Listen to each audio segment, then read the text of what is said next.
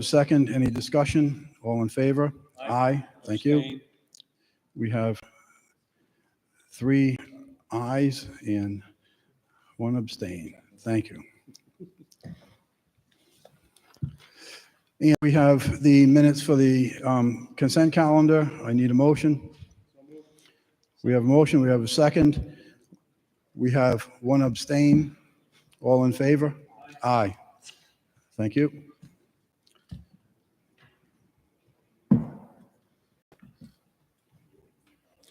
With that said, we are going to turn the meeting over to Joe Newton. And Joe, if you could come up to the podium, identify yourself for the record.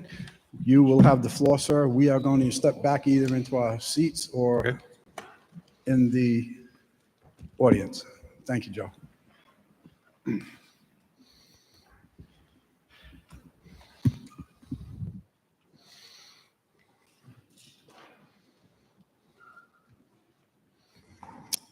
Great. Yes, good evening. My name is Joe Newton. I'm the actuary that works with the city's pension plans and retiree medical program. And we're here to give you an update on the status of those programs as of June 30, 2024, and to, more importantly, give you the budget numbers for fiscal 2026 into these programs. And in general, if you want to ask questions as we go, can help the discussion. So what we're going to do is first look at the comprehensive funding strategy the city put in place 2 years ago, which creates those 2026 budget estimates. We're going to give you the trends on the pension plans and the post-retirement plan, and then show you a couple projections, including the sensitivity analysis on these results. Currently, the city manages 4 pension plans and then 1 post-retirement healthcare program. 3 of the pension plans for the municipal employees, police, and fire are open, so new people are going into those 3 programs. There's an old police fire 1 pension fund that was closed in the 90s. It is all retirees essentially now, and so it's funded on a quite different basis, as you'll see. The post-retirement healthcare plan is what provides the retiree healthcare, and up until just this year, that has historically been what is called pay-as-you-go, which is just what are the premiums for this year. We'll just pay that out of the general fund, and you can see that part of the comprehensive funding strategy is to begin to put money aside for those plans, just like the pension plans, to help over the long term. So to remind everyone, this was approved by the City Council a couple years ago of how the funding is created for these different programs. The strategy was to pool them together from the city's perspective and to put a growth rate on it so that the dollar amounts will grow in a rate that should be sustainable over the long term. And so you can see the 2.5% growth rate is what has been put into place. So the fiscal 25 budget across all the different programs was $55.2 million. That grown at 2.5% sets the fiscal 26 budget at $56.6 million for all those different programs. Then the strategy turns around, takes the 56.6, allocates what's needed to the plans that are open, and then the balance falls into the OPEB trust. So the OPEB trust is actually becoming the risk mitigation tool in part of the strategy. We'll show you that in detail in a second. The advantages to this is it, 1, decreases your costs long-term substantially. If you think about it, if you owe $1,000 to someone, the more investment earnings you can help generate to help pay that $1,000 down the road, the less you actually have to put aside now. And to give you an idea what that would be, if all of your plans were fully funded, which means all of the debts of the past had been paid off, this year's contribution to all of these programs would only be about $15 million. As it is, as we said on the last slide, it's about $56 million. So the vast majority of your current contributions are actually going to pay for the past. It's actually to pay off the debts. This plan is moving you towards getting rid of those over time. Within 25 years, we would project that all of the programs would be unfunded liability to zero. The other big advantage is it provides a lot more predictability in your annual budgets. with the 2.5% growth rate per year across the programs, because some of the individual programs move a lot more than that. By pulling them together, we're getting much more stability.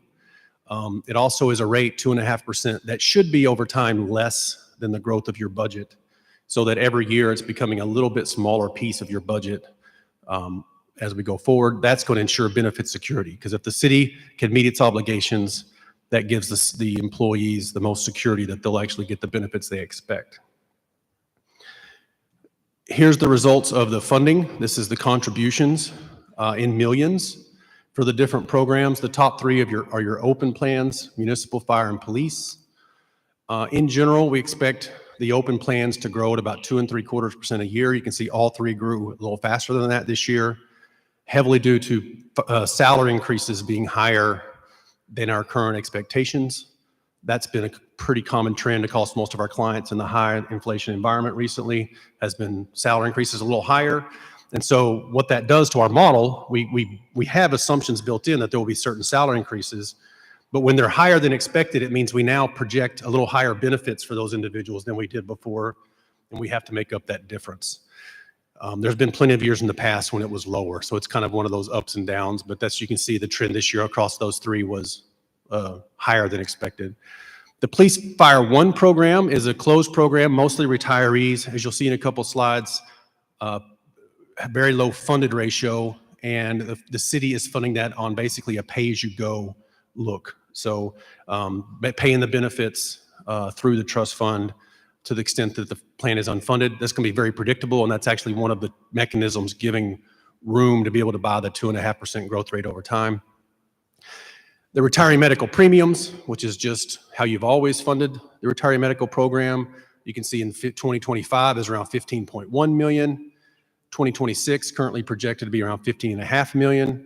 2.6% growth in that claims is actually quite favorable. Healthcare trend over time has been 4, 5, 6%. So that was actually a favorable outcome there. And finally, the OPEB trust contributions, 1.1 million this year, 1.5 next year. So if you add all that up, combined budget, the 55.2 grows to 56.6. And again, the way the funding strategy works is we actually solve for that bottom line first. We say, okay, well, last year was 55.2.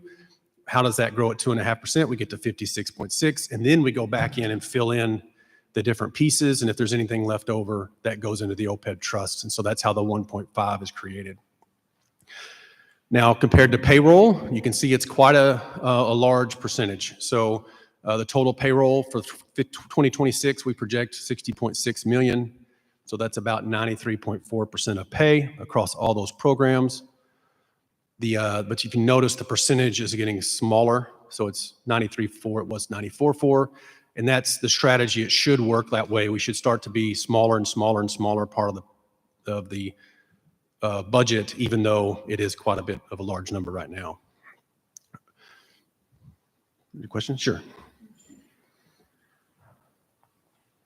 Would you just explain that last part again, Sure. the percentage of payroll? Sure. So if you take let's just use 2026, for example, 56.6 divided by the 60.6 gives you around 93% pay. So that, as a standalone number, is a significant number. You can see as of last year, it was 94.4. And so since that 56.6, the total you're allocating of these is growing at 2.5% a year, and I'll show you it's very high probability that is what it's going to be. As long as your total payroll, or we'll say the budget of the city, is growing faster than 2.5, then every time you turn around to do a new budget, it should be a little bit smaller piece, right?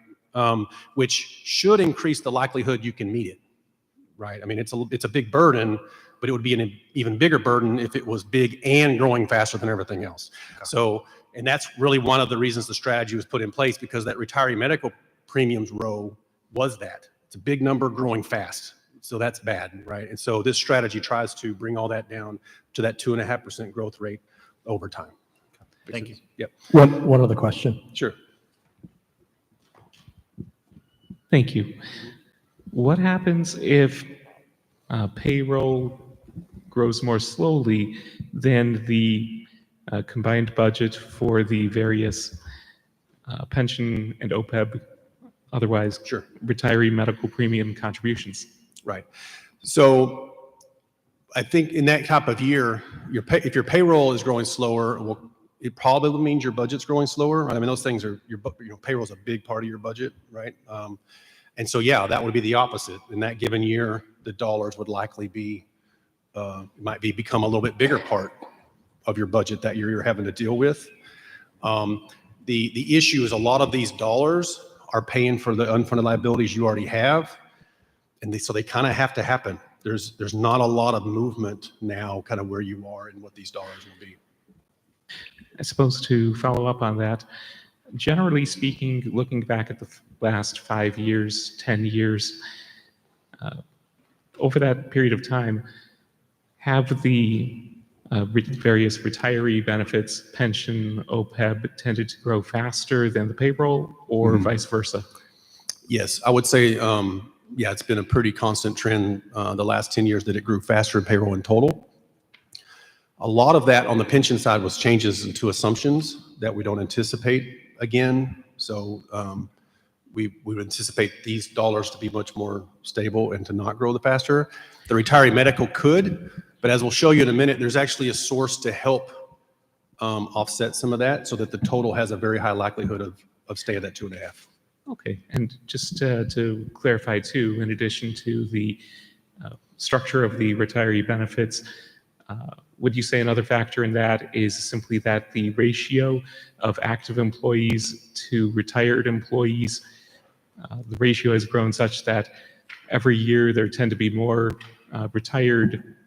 retirees receiving benefits as opposed to active employees? I remember it was some years ago while I was on the council that ratio switched such that it crossed the number of retirees exceeding the number of active employees. Right. Okay. Thank you. Yep. Yes. Well, that is built into our estimates here. What becomes more true the more retirees you have per active like that is you just have less flexibility because you have to retiree, you have to meet that obligation right now.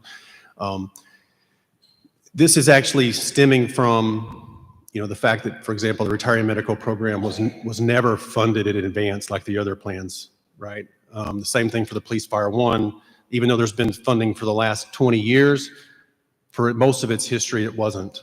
And so it's really those past years when they weren't funded where most of this comes from now. And so you can see how compound interest and why it's so important to be prudent and put the money aside while the person's working so that a future city council doesn't have to have this conversation. On your assumptions, payroll. Will you define payroll for us? Because I'm looking at 3 different items on payroll, and the calculations are different. Right. This number that I'm using is the pensionable payroll for the different groups. And yes, the definitions are slightly different between the different categories, but this would be payroll that is applicable towards calculating pension benefits. For the fire and police, it's actually the payroll that's also used for contributions. For the muni, it's not quite one-to-one like that, but yeah, it's my pensionable payroll. So if there's some payroll not included in those categories, then it wouldn't be in this exhibit. But it is consistent from 25 to 26 as far as how those payrolls were determined. Sure. You had touched on the OPEB a moment ago. So can you explain to us why we've made somewhere around, I believe, $1 million or so contribution into this plan, but yet that has had a reduction in our long-term exposure of somewhere around 100 million for putting in, basically we're putting in a dime and we're taking out off the charts $1 million. Explain how that happens and explain what the risk could be when you have that type of an assumption, I'll say. Sure. Yeah, no, that's a great question. Let me answer it in a couple slides. I think I'll have a number that'll help me say it a little easier, but that's a great question because you're right that it's an unintuitive carrot that was given by the accounting world for this. And so we'll talk about that in a second. Okay, so this is the funded ratio of the different programs. So what the funded ratio says is what's owed today to all your members already. So not taking anything into the future necessarily. So for a retiree, it's everything. But for someone with 10 years of service, it's just those 10. It's not the future. It's just right now. How much of that do we have covered by assets right now? And so you can see the top 3 plans that are the open plans who have been funded appropriately since day one are all above 80% funded and generally trending in the right way. This year, Fire 2 took a step back. Again, it was those salary increases that were the hesitancy there, but we do expect those to continue to improve. And it's really those bottom 2. Police Fire 1, which again was not funded at all in advance till the 90s. And then the strategy was never really intended to fully fund it. So now we're basically on a pay-as-you-go basis on that one, but it should become smaller and smaller part of the total puzzle as we go forward. I'll show you that in a second. The retiree medical program, you can see, as was discussed just the question before, it was 0. You're now beginning to fund it. So it's 1.3% funded, which there's 2 ways to look at that, right? One is that's horrible. The second is, well, that's actually infinitely more funded than it was 2 years ago. So what is it? It's all about trends and the purpose. So to clarify for the record, it was my understanding, and please correct me if I'm missing something, it was my understanding that in the 1990s, it was enacted the 40-year plan with the intent to fully fund Police Fire 1 in approximately 40 years, which would have been around the fiscal year 2037. Right. And it was, I think it was about 2-3 years ago that the City Council approved Mayor's proposal to deviate from that plan. So I think that it was the first 26, 27 years or Yep. so, it was the intent to fully fund that. Right. Thank you. At the 40. The reason that was recommended by me and then City Council approved a few years ago is that the risk reward just wasn't there for continuing on that path that you were on, that you're going to put a lot of money aside and still have risk. Whereas now this more straightforward approach is a lot less risky, costs about the same, if not less. And you're putting money into the retiree medical program, which has a long runway to help you generate a lot of investment earnings. So it's just a better use of money. But yes, that's a good point. Okay, so the unfunded liability is the dollar amount that's owed to the members beyond what current assets are in any sort of a trust fund. And so you can see with these dollars amount, $628.6 million this year. That's about a $12 million decrease. And that's really the trend we want, right? We want this debt, for lack of a better word, to continue to decline. And you can see just from 2021, it's down from 763. But a lot of that's from the retiree medical program from the question a while ago. So when the retiree medical program was totally unfunded, then when we valued it, we had to use basically bond yields or almost inflation discount. That because it was all coming out of the city's budget, it needed to be valued like anything else in the city's budget, any sort of finance or anything. There was no advanced funding. So we had to use, say, a 3% discount rate to come up with that liability. Well, once the city is putting a funding plan in place that will begin to accumulate in assets that should throw off investment earnings in the future and help us pay the benefits, it's a huge carrot given by the accounting world that we get to immediately use say a 6.9% return that you're going to accumulate assets, and those will be help to use to pay the benefits later, immediately. So if you think about if you buy a bond with a 3% yield versus a 6% yield, it's that kind of a change that you get right off the bat, because you need to put less money aside now that grows at 6.9 than you'd have to put a lot more aside if it only grows at 3. But Joe, using that formula with, as you can see, such a drastic reduction, doesn't that present a false financial picture, You- right? Yeah. In a big way. It could.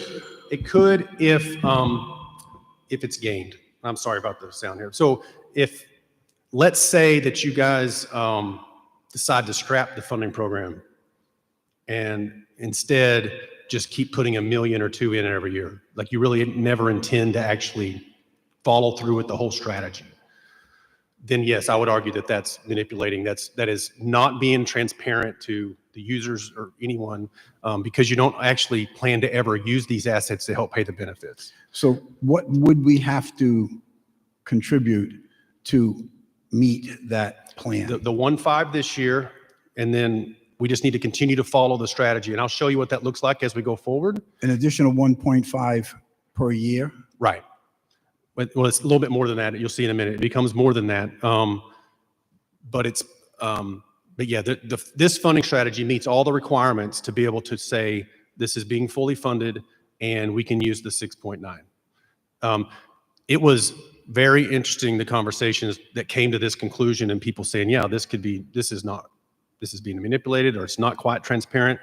I think part of the point was they wanted to give a big carrot for people to start doing the right thing and start putting money aside for these. And so they wanted to give you a very leveraged, basically, hey, I out of my next year's budget, I got to put $5 million in, but I get $100 million of benefit on my balance sheet. And then also now it's working the other way, right?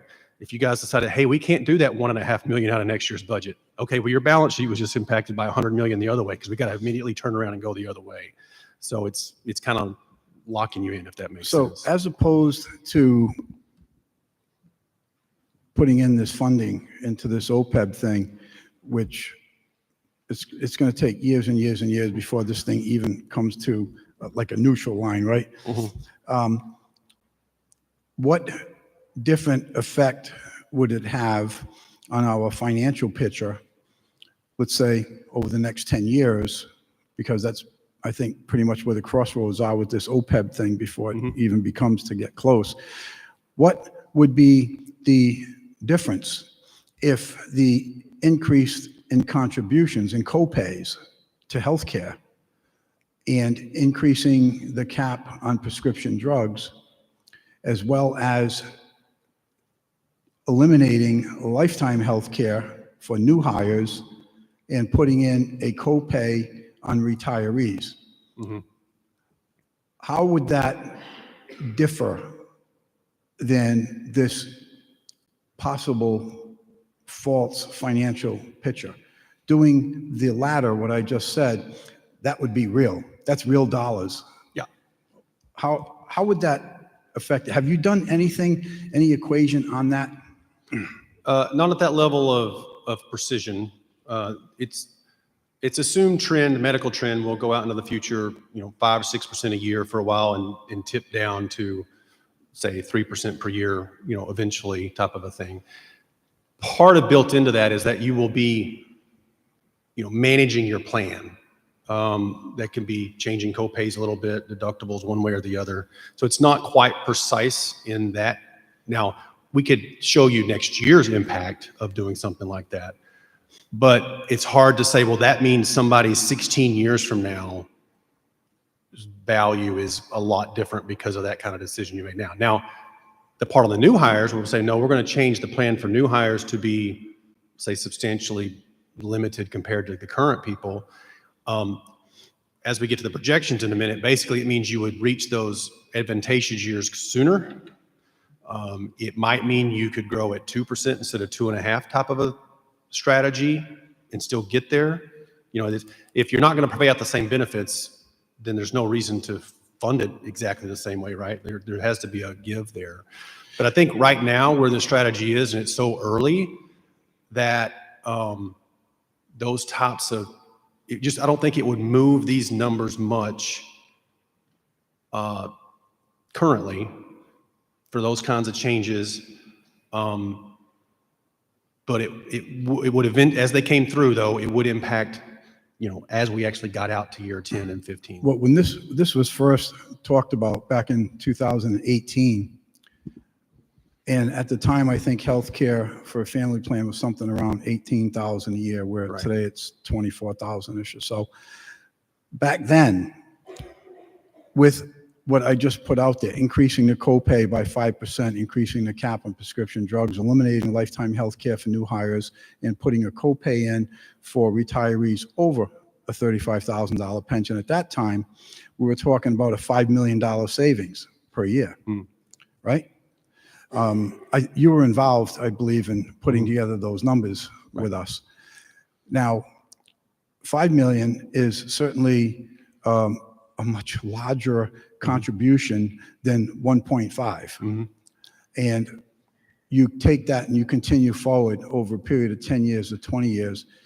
If you were putting together the plan for this long-term solution to where we're heading, would you recommend that plan?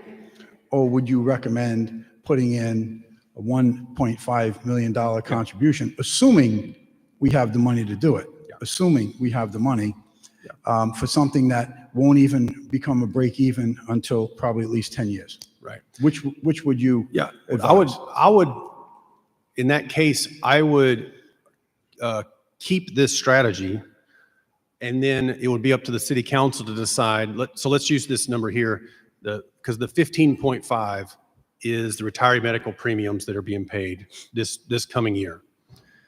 Now, when you said your number drops 5 million, I'm just going to assume that's all retiree. You probably mean across. No, that was total. That was So let's say the savings for the 5%, increasing the cap on prescription so that's drugs, et across cetera. everybody. So let's just say 2 million of that is retiree, round number. At that point, the city would have what I see as two options. The first would be, now you don't need 15.5 on the fifth line down. You can do 13.5, right? And so you could put, you could be the conservative approach and go ahead and put 3.5 into the OPEB trust and keep your totals the same. That would be one option. Or because you've made that kind of distinct change that's pretty material in next year's budget, you could lower the 56.6 by the same 2 million and kind of reset the whole table. Does that make sense? So if you're going to have 2 million of savings next year that from that kind of pension or actual benefit change, you could go ahead and recognize it in your totals and then keep the same strategy from there forward. Does that make sense?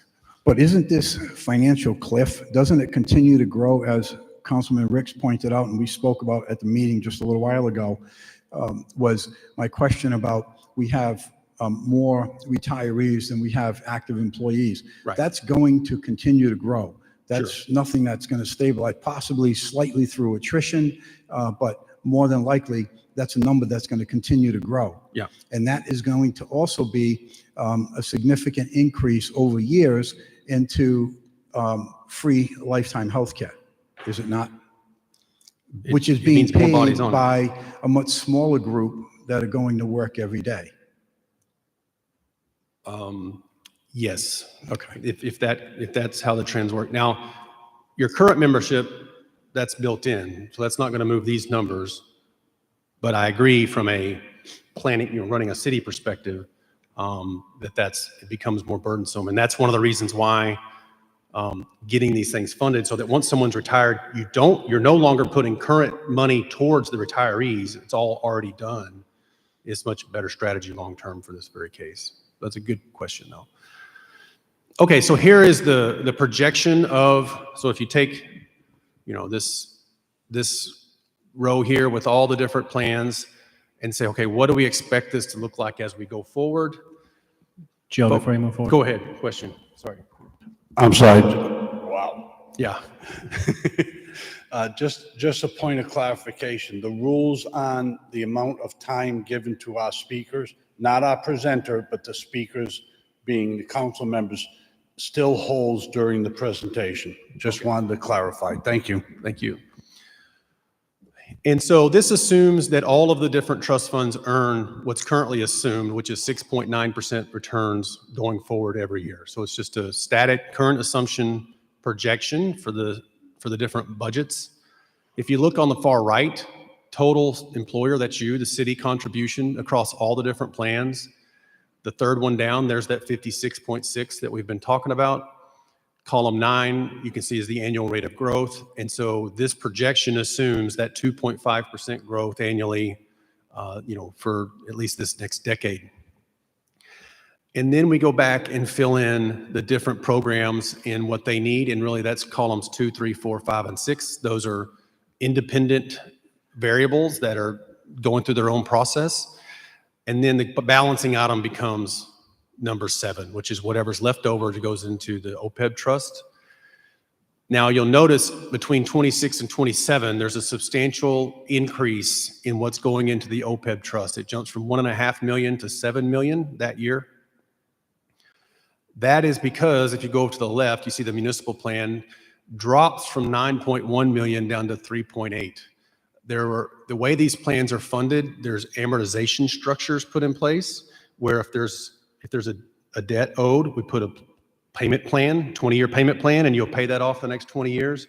There's a big one that ends in 2026. And so you're going to get a drop in the budget for that plan that year. And the way the funding strategy is that the city continues to go up to 2.5, and that just slides right over into the OPEB trust, and that actually becomes what gets us to be able to use the 6.9 in the financial statements for that trust. It also is going to move you closer to being funded across all the programs, not just municipal. And then the third thing is, I'll show you on the next slide, that's where your risk mitigation is coming. That's where you get a lot of stability, even if returns aren't there. Column 7 becomes what's going to help pay for everything else if the returns aren't there, instead of the city's contributions going up by more than 2.5% a year. And in fact, I'll show you that now. So this is the same projection. It's just saying, okay, what if returns are 5.9 a year, not just next year, but every year going forward? You can see in column 8, the city's contributions are exactly the same. They grow at the 2.5%. It's just less is going into column 7. And what's happening is this 2, 3, and 4 especially are growing a little bit faster than currently assumed because the returns aren't there. So we're having to contribute more to those. But this is how it's a full strategy, not just looking at individual plans. But you can see, and actually I can run this out another 10 years, it's still steady. You have to get returns below 5% before the 2.5% doesn't work for the next 15 years or so. So there's quite a bit of stability here, but it's one of those situations. The reason there's so much stability here is because you're in a pretty tough spot now. It's the past large unfunded liabilities that actually make it a little more stable, but it's very costly. You're kind of shifting risk and cost. Anyway. So just to summarize, and then we can take any more questions. It's a very strong position. As you can see, it's quite predictable and has managed risk, but it is a pretty significant burden. And there should be, sustainability and secure benefits if it is followed. Are there any more questions or about any of this or anything else? Joe, how would you rank our financial position? Oh, let me rephrase it. How would you compare our financial condition now, today, as opposed to where you had ranked us or rated us, say, 6 years ago? Yeah, I think it's in a lot better position, not only on the pension side, which I think the pension plans are in about the same position they were. There was just, if you remember, when we changed the investment return assumption from 7.5 down to 6.9, that produced a lot of unfunded liabilities, and the city had to phase into that and absorb that into the budget. And anytime that there's that kind of phase in, there's risk that the city can't do that, right? And so the fact that we're past that is a strong position as far as I'm concerned, that we're now past that and the city's budget should now be stable. On the retiree medical program, it's light years better as far as likelihood it actually will work. Unfunded programs for retirees, or if you're not putting enough money in for any plan for retirees, I've always kind of taken that as you've already decided to change the benefits. You just haven't decided when or for who. Because if you can't afford it, why can someone else afford more later, right? So the fact that you're now putting money aside and have a funding strategy that fits in the budget you already have, that should be growing slower than the rest of your budget, in most scenarios.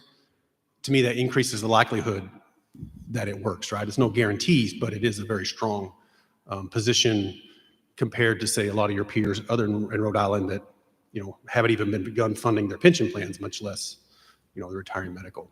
So. Thank you. Any other questions from members of the council? Councilman Ricks.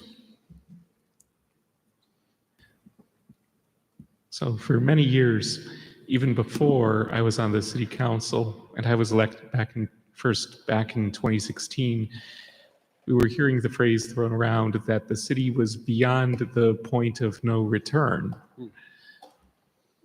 How does our financial picture vary from what was the analysis back then? I don't know if you would have agreed with that analysis or not.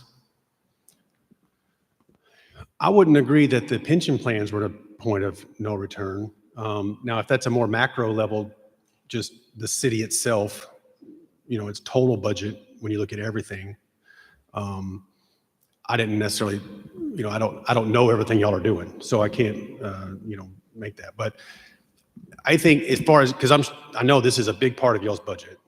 And so now you have a big part of your budget supposed to grow at about inflation, very predictable.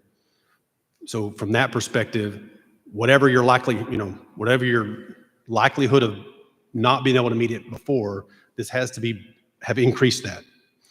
And so then it's really you as a city council to decide, well, is 2.5%, is that too much? Or is that something we can do? Like those are decisions, I don't have the insight into y'all's inner workings to be able to make that decision. But in general, it should be able to grow at inflation. And that's what the current strategy expects. So that is previous analyses that I heard in my earlier years on the city council.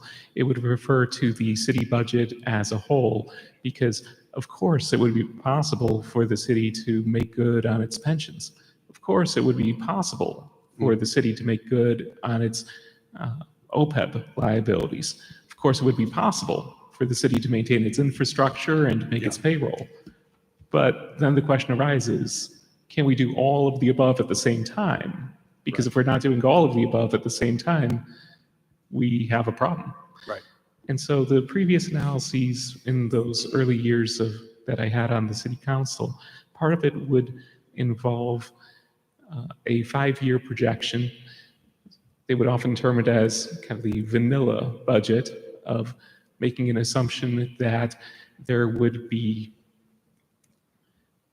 no additional new programs, employee levels would stay exactly the same, that raises would be at certain levels reflective of the history of raises, that inflation and the like would be at those same historic levels, rates of return on investment, same historic levels, and then project 5 years out approximately what would we be looking at for annual tax increases to keep up with all of that. And I suppose that a question I have about the approach used in, well, I suppose 2 questions about the approach used in per the presentation this evening. First question is, it seems that part of the assumption here is that payroll would continue to grow, and ideally, I suppose, for the purpose of these calculations, payroll growing faster or at a similar pace to the retiree benefits being paid. But I'm not sure if the city actually paying more in payroll is necessarily consistent with the city having overall great financial health. Because if all of the costs keep going up and up, we do have to pay for all of that. But then I suppose my second question is that if we were to treat OPEB similar to the 3 active open pension plans where we have annual required contributions, ARC payments, what would the ARC payment be for OPEB? for that OPEB account? I believe it is around 20 million in total. And in this year, you're putting in 16, 17, because the claims would go towards that. So you could use the 15.5 and the 1.5. That creates 17. 20 feels too low. Maybe it's in my report. 23 or 24 million, I think. I believe by the end of this projection, you are there. So by the time we get to 2033, 2034, if I remember correctly, we have reached that point, and then that's another reason we get to use the higher discount rate for full funding. And with that ARC payment, that would reflect basically an assumption based strictly on our current fiscal years, not factoring in all of those years where effectively we were putting in $0. Right, start from zero. Yeah, so even if we were to increase to make the ARC payment, that wouldn't be necessarily addressing all of those decades of the accrued liability that's still obviously with us.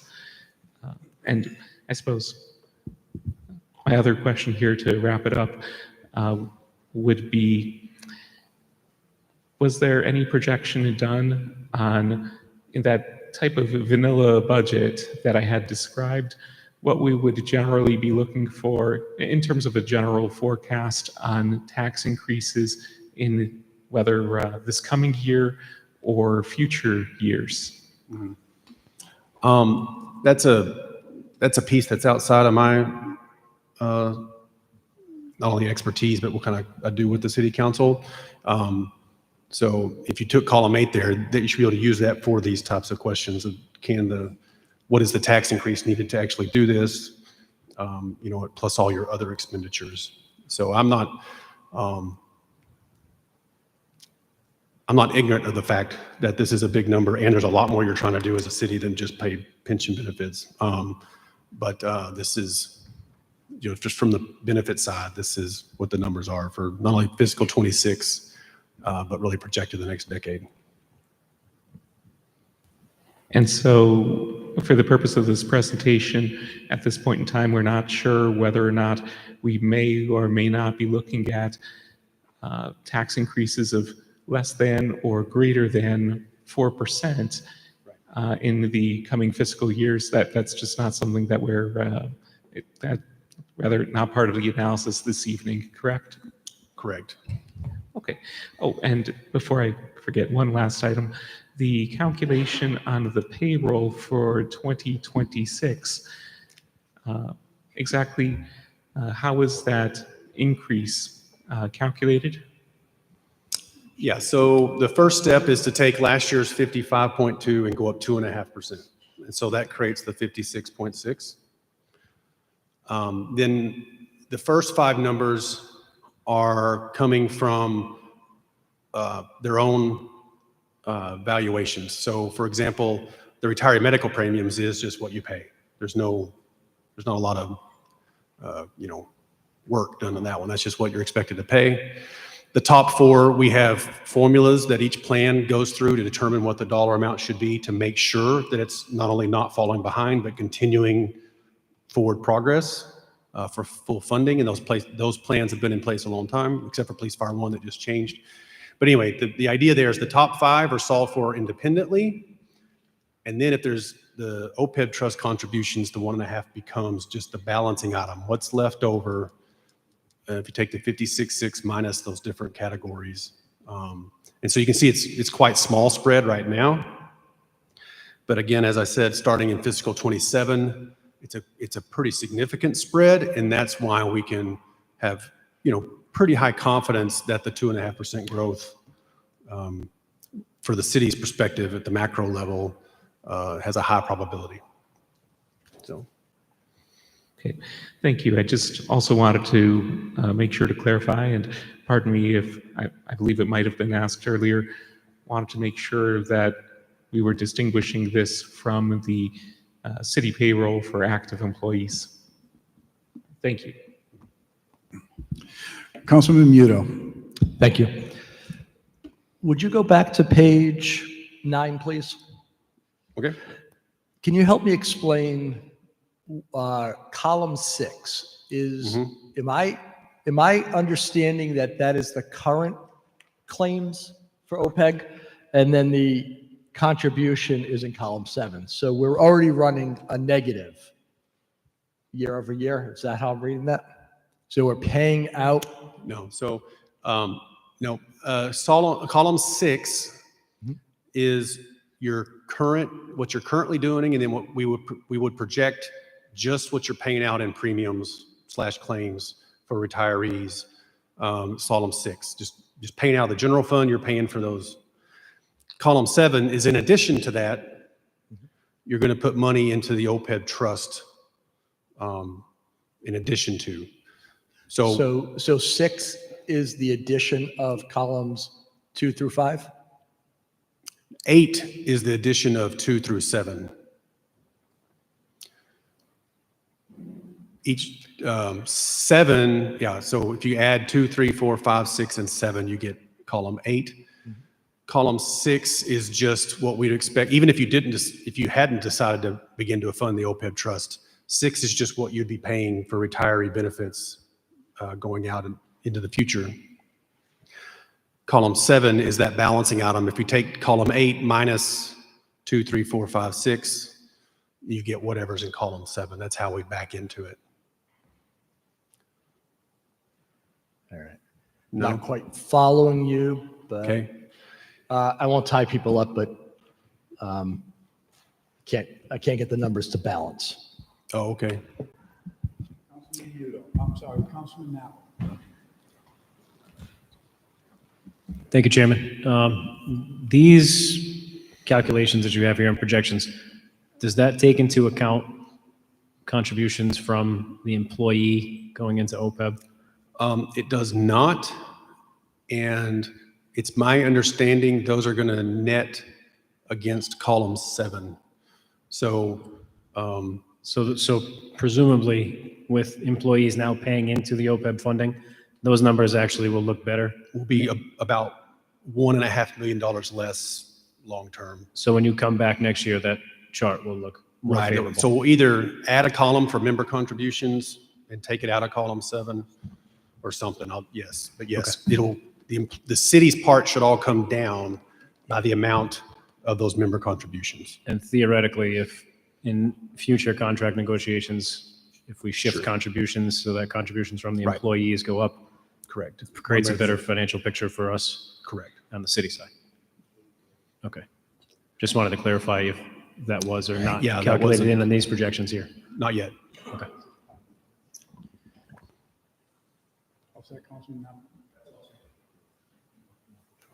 Any other questions from members of the council? All right. Any questions from members of the council? Any questions, comments from members of the public? Please state your name for the record. Hi, Michelle Komar, Ward 1 taxpayer. This is for the chair of the Finance Committee question.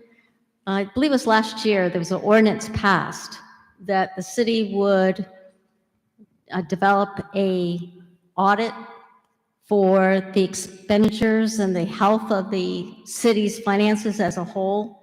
Does this presentation fulfill that ordinance? I am not sure on the answer to that question. I would defer it to the chief.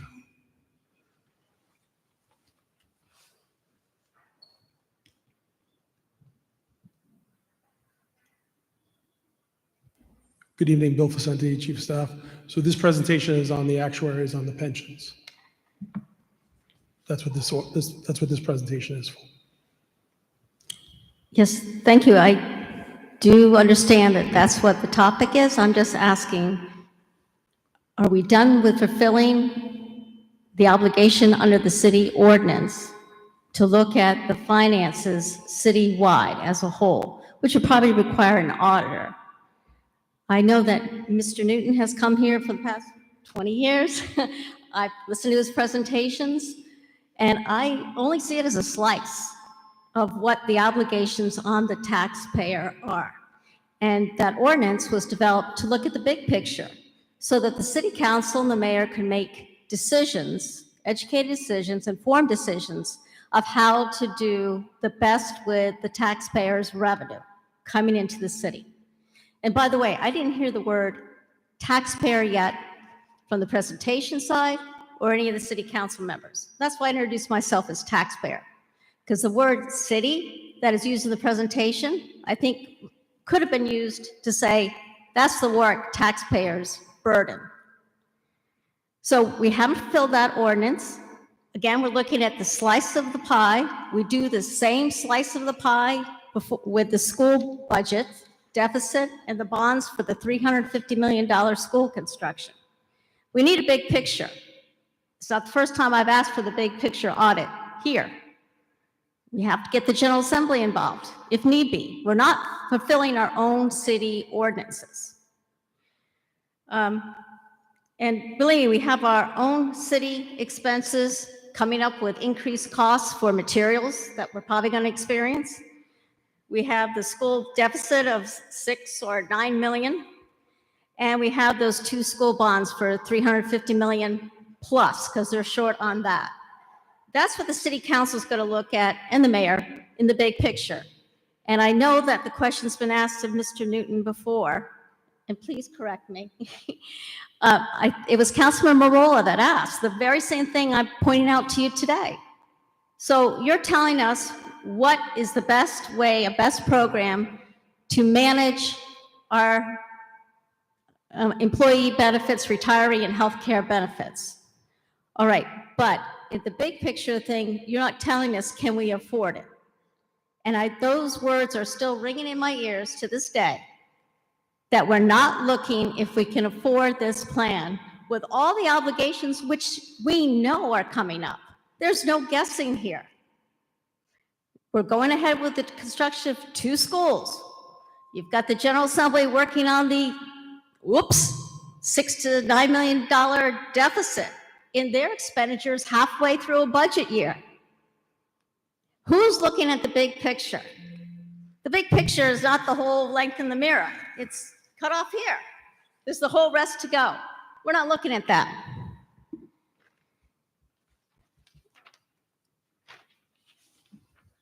And I think I might just stop there. I just want to mention tonight's another important meeting for homeowners, property owners, and that's at the Public Utilities Commission. And I had to make the decision. Michelle, let's just keep on topic. Right. For what we're here Well, now, please. I feel that this meeting and my attendance here was more important than that, though I'm going to be suffering for higher utility bills as well. Again, the big picture, the city council and the mayor are the only ones that have the big picture to work with. You don't represent just one entity of the city. You represent all the expenses. Sure, the numbers come out looking great here. But again, it's only a slice of what taxes could be used for, and not that we can afford this program. Thank you. Thank you. Anyone else?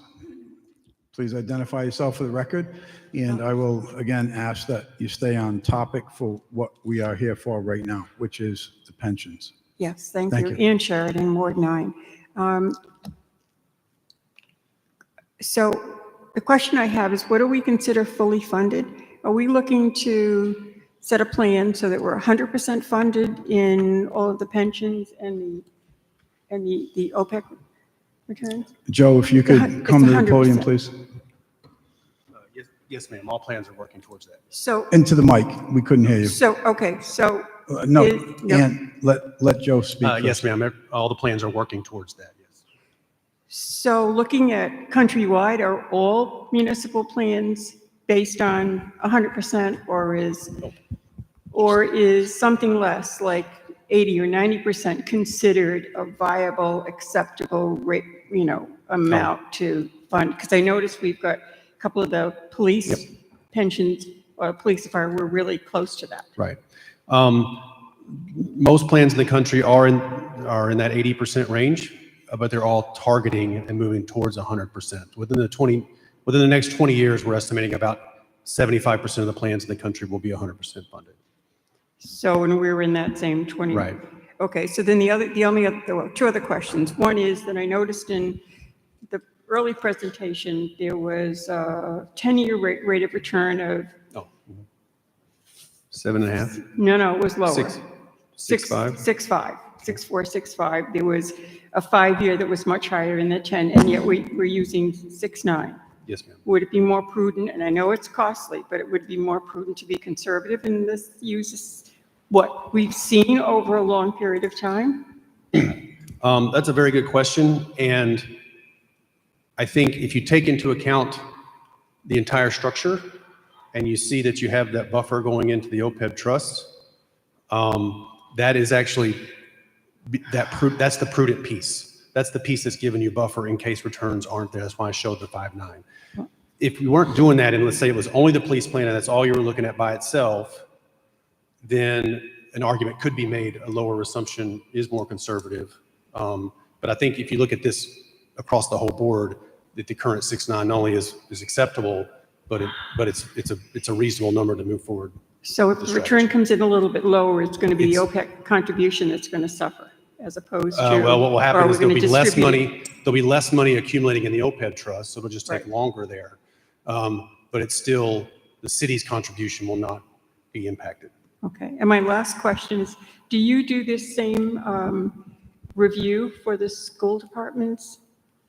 Not individually. I do for the state plan for the teachers as a group, but not individually. Okay, it might be interesting if we could force the school department to use the same company to do a review, so we could be sure that everybody's on the same page and using the same assumptions, since ultimately it all comes out of the same pockets. Thank you. Thank you very much. Thank you. Anyone else?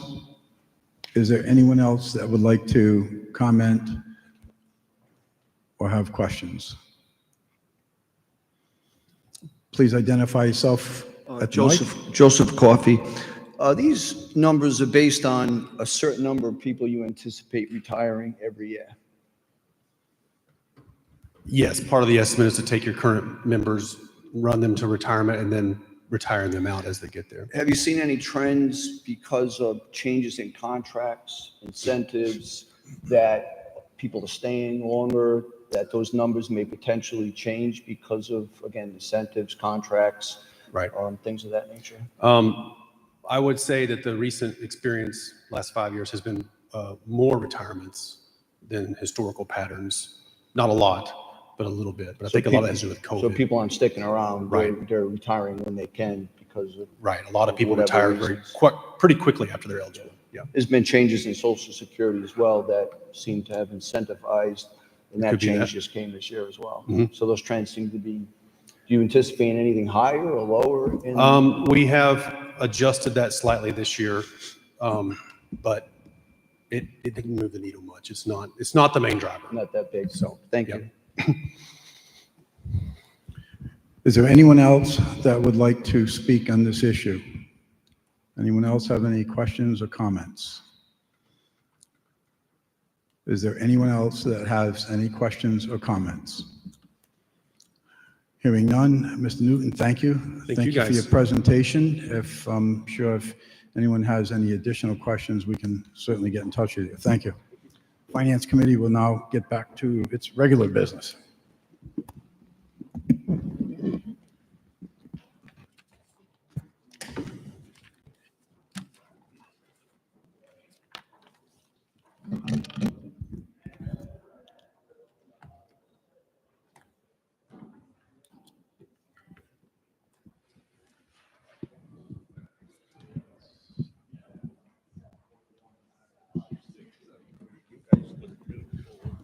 Oh, the sun is brutal.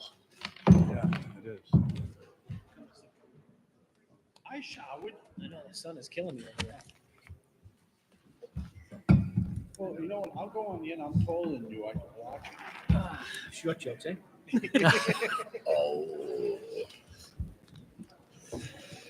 That was too easy. That's all right. It's not easy being easy. That was low hanging fruit. Oh, jeez. The sun.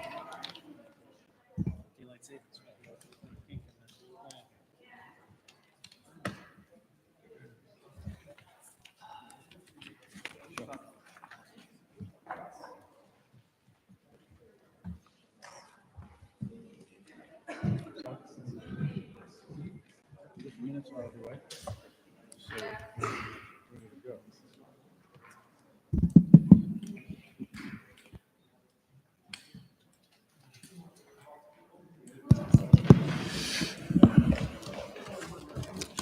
Finance Committee is back on its normal,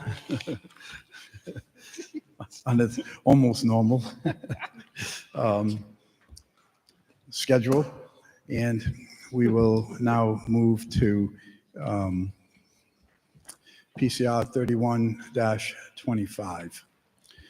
First item is 2025-333, RFP Bishop Park and Playground Improvements.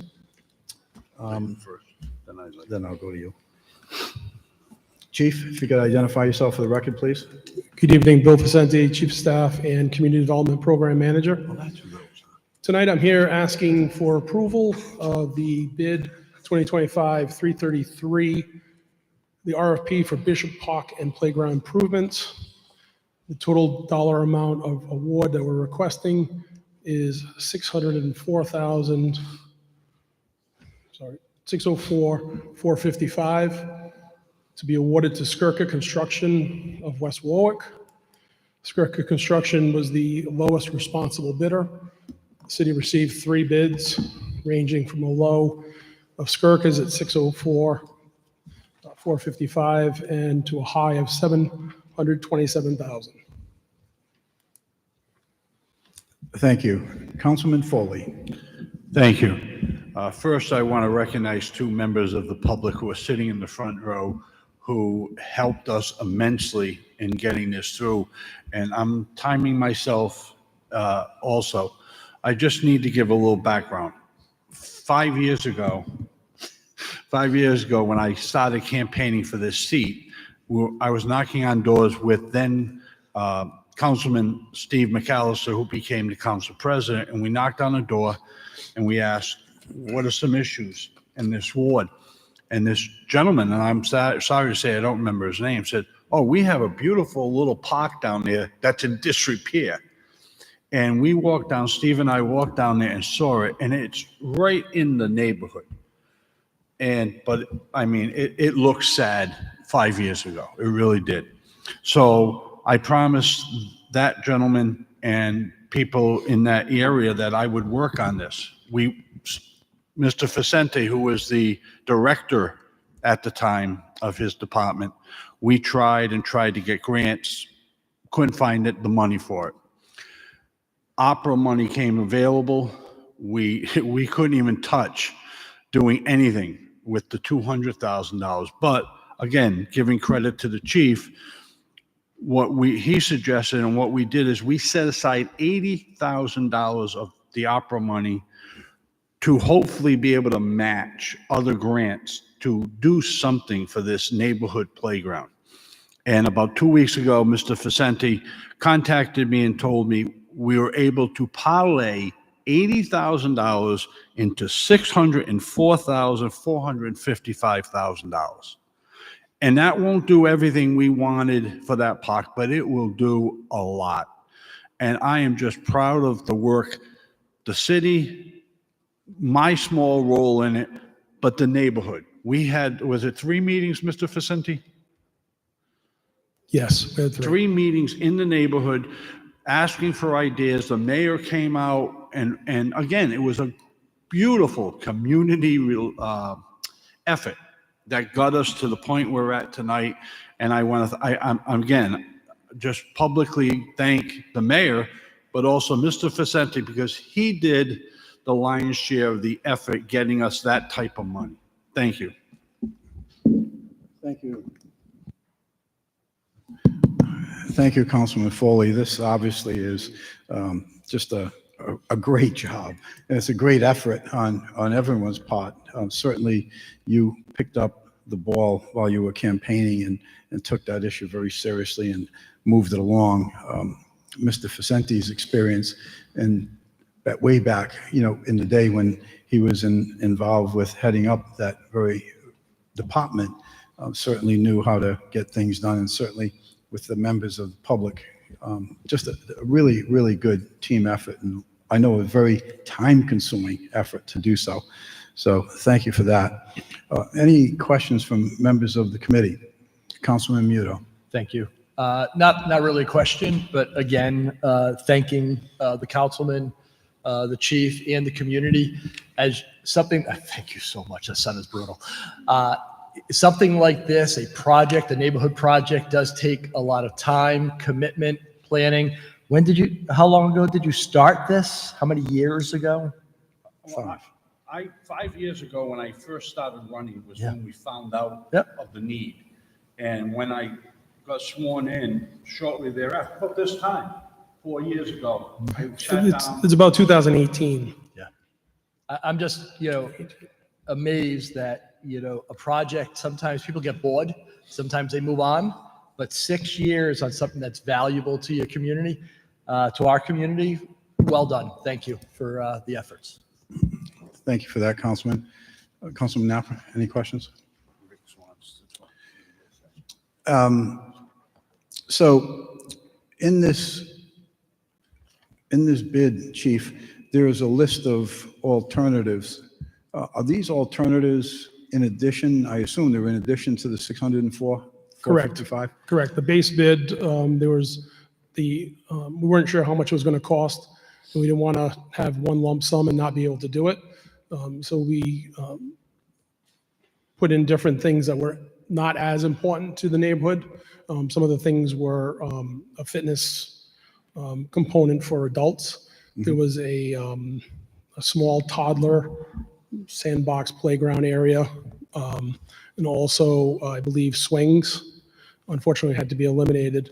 The equipment that's going to be installed, there are two pieces of equipment.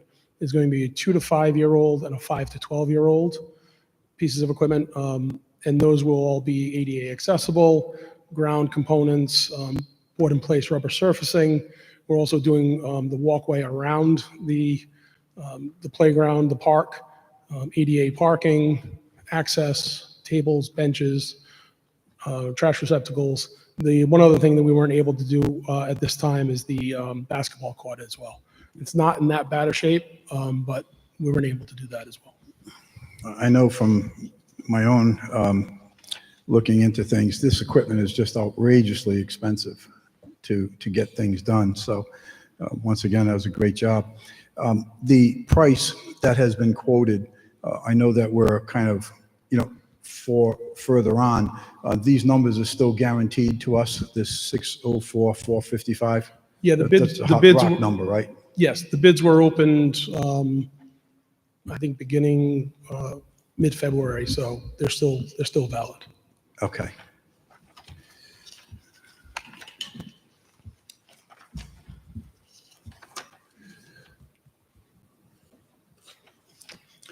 They talk about interruptions on this. Do you anticipate, from speaking with the contractors, that there could be any interruptions? And if so, any timeframes on those? Interruptions as far as failure to maintain, The work get schedule. products? No, we're anticipating this to start, depending on award tonight, getting all the contractors' documents in and getting their mobilization and ordered. We anticipate this being completed sometime December of 2026. Great. So, Councilman DeLuise.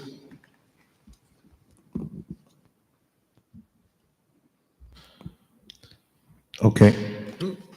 Yeah, I just had a question. Councilman Foley mentioned that you took 80,000 and parlayed it into 604,000. I just want a little explanation about how that came to fruition. Did you put it on a football game or Yeah, we where bet does it this all, we money bet it come all on from? red. No, what happens is the area where Bishop Playground is located is in a low mod income census tract and block group, so it's eligible for community development block grant funds. The majority of the funding is through the community development block grant funds.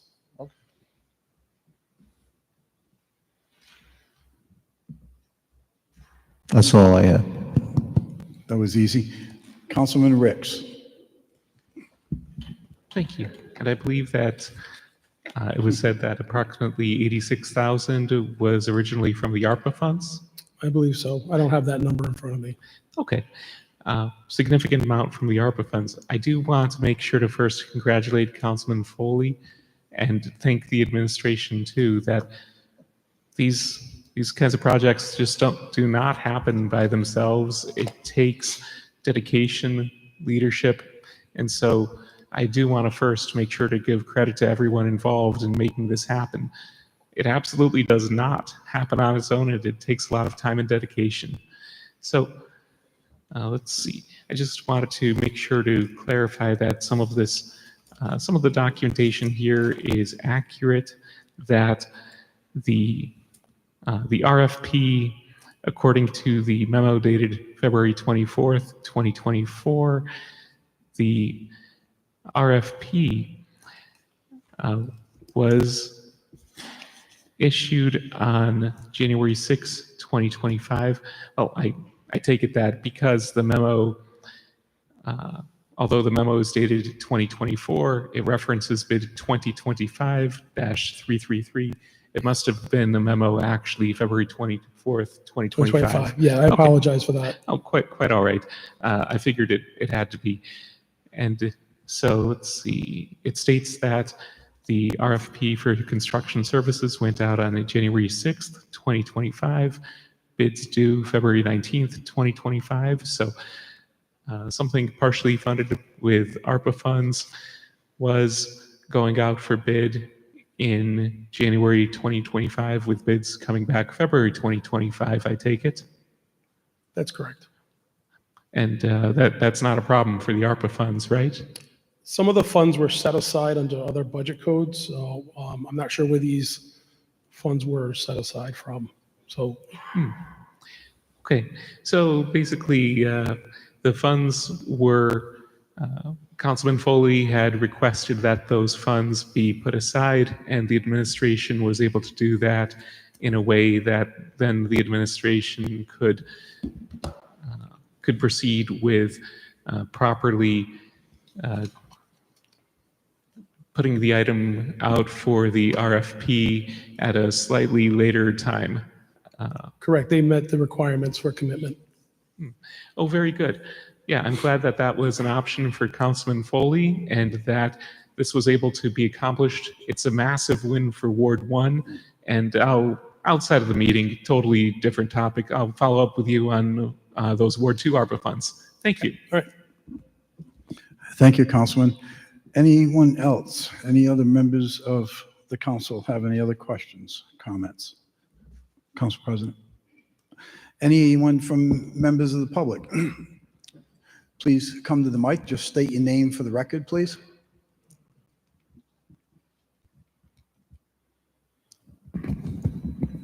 Hello, I'm Amanda Cantrell. I am a homeowner on Rose Garden Street and the proud mom of Harper Cantrell, who's 3 years old, and excited future patron of the playground at Bishop Park. You know, this journey for me started in 2021 when my friend Amanda said, hey, have you seen this park? Maybe we should do something about it. And I said, okay, let's go talk to our neighbors. So we spent the afternoon canvassing the neighborhood, and we heard from over 50 neighbors. And this is during pandemic time, so that was a surprising number of people opening their doors to us. We also had multiple community meetings where dozens of people from the community showed up to provide their input. You know, Bishop Park may be small, but as you heard, it's in a low mod community. And so it makes an important space for recreation and for families to play. Public spaces like this are so critical to our physical and mental health, something I think we all need more of these days. And so the city's proposal will make huge improvements in the park. Right now, there's a single bench, a dilapidated playground, not much else. And so with these investments, particularly what you heard about the alternatives, it shows that compromise can prevail, and we have a plan that's responsible, but will also lead to great benefits to the community. And I just want to thank Councilman Foley for his leadership, Mayor Picozzi, and Bill Vicente for their efforts, because I just joined later on, but I'm really happy to be part of this effort. And I encourage your support for this bid. Thank you. State your name for the record, please. Sure. My name is Amanda Milkovich. I've lived on Washington Street for about 20 years. I'm just a block or so away from the little park. And as I wrote to Councilman Foley in, God, I can't believe it was in 2021, the little park had been sad for a long time. And I'd been complaining for years, and other neighbors had complained for years of how dilapidated it was. What surprised me was how quickly he got back to me. I mean, it was almost immediately. He was on the phone and said he was going to try to do something about that. And then right afterwards, I heard from Mr. Vicente, who said that he'd been working on the project as well. It's so difficult to describe how important this little slice of land, this little bit of green space is for our community. I mean, we're pretty much a blue-collar working class neighborhood, but we're an old school neighborhood. We're the kind of place where the little kids are roaming the streets on their bikes, on their scooters. People know each other, and that park is really central. And even though it's like the swings of death, the slide from hell, it's a pretty destroyed little place. It is a magnet for all the children in our neighborhood, and there are so many of them. There are kids I see learning how to ride a scooter on the little circle that goes around the neighborhood. There's a small daycare in the area that uses the playground, and they've deserved a great place to play. And I was heartened by the first meeting that we had. We had dozens of people show up at the little VFW post. The mayor was there. That was a surprise. And they took us really seriously, but they were also very straightforward with us that there wasn't any money available at that time. And honestly, I was very skeptical we'd ever get to this point. So if I could say anything to you, I would just say thank you. Thank you, thank you so much. It really will make a tremendous difference to us and to so many people in our neighborhood. I have to say, it's so encouraging to see local politics really work and really listen to us. So thank you. And thank you.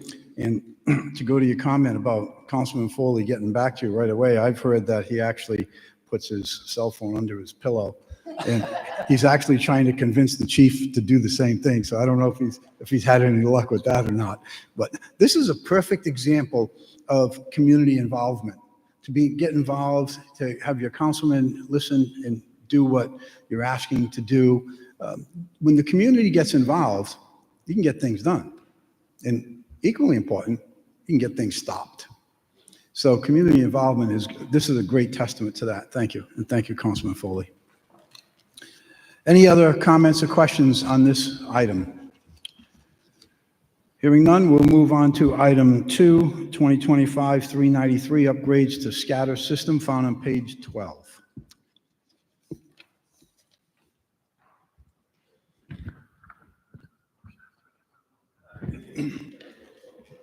Your mic's not on, Director. Good evening, Eric Earls, Public Works. Public Works is recommending award to Beta Group for upgrades to the existing SCADA system utilized by the Water Division in the amount of $594,986. So the SCADA system is what essentially keeps the water flowing, right? This is what monitors the levels in the tanks, the pressure throughout the city at various locations. And it was originally, this piece, this system, the existing system was installed in 1997 and has had limited improvements since then. So it's really due. There are some aspects of the city that are not being monitored as they should be. An example of that is Old Buttonwoods. We had a water main break there a couple weeks ago.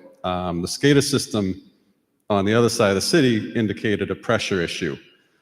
Without the upgrade that we're proposing here, our team had to go out and physically turn off mains to try and figure out where that leak was. This would have given them a much easier time of locating where that was. So again, Beta Group is the design firm, and Ericsson will be doing the work.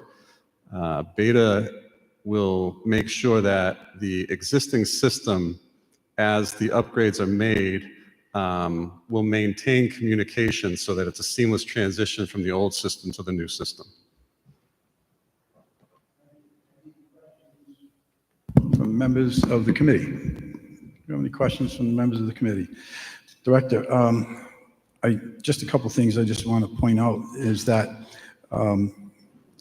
Ericsson, the contractor, has indicated that several of these critical components, they're no longer manufactured, and at best, you might be able to get used parts, if at all. Correct, for the existing system. Yeah, Yes. that's a very important issue. One of the questions that I have of three, do you anticipate, in your experience with this type of work, that there could be, and I'm going to just rattle them off at once so you can kind of go to them, that there could possibly be any interruptions, and if there were, how long would it take? You've indicated that there's Plan B in place for if you have to make some alterations to make sure there's no lost service of water. And if a Plan B has to kick in, do you have any idea of what the additional cost could be? I don't anticipate there'd be any disruption because this is primarily a monitoring system. You know, they're not out actually changing like big gate valves, which are some of the projects that we have proposed. You know, something like that where you're actually disrupting the water service in various locations, then you would notify people about potential loss of service or dirty water because of vibration in the pipe. But something like this where it's just mostly a monitoring system, I wouldn't anticipate that there would be any significant disruption to service. Okay. In Article 4, compensation and payment, item 4.3, it speaks to compensation for reimbursable expenses, subcontractors, charges, and contractor services will be billed at a multiplier of 1.10. Is that in addition to the 594? No. Or has that already been part of it? That's already been part of it, yeah. It says total labor charges and reimbursable expenses for the scope of services described and attached A shall generally be consistent with fee budget, and attached B, and shall not exceed with prior written approval. So give us an example of what a reimbursable expense could be. I think, to speak to your industry, it might be something like a time and materials kind of thing, right? Maybe some unexpected piece of equipment that they need to purchase to complete the job. I think that's kind of what we're talking about. We don't anticipate that, but again, okay, you build that language in here so that you can address it if it comes up. And in services not included, 5.1, there's a whole list of things not included. Police details, bid documents, bid services, construction, et cetera, et cetera. Do you have some type of a budget that you are allowing for that? Well, something like police details, we build that into, kind of operating costs. Most of the other stuff that's referenced in that section would just be done in-house. Okay.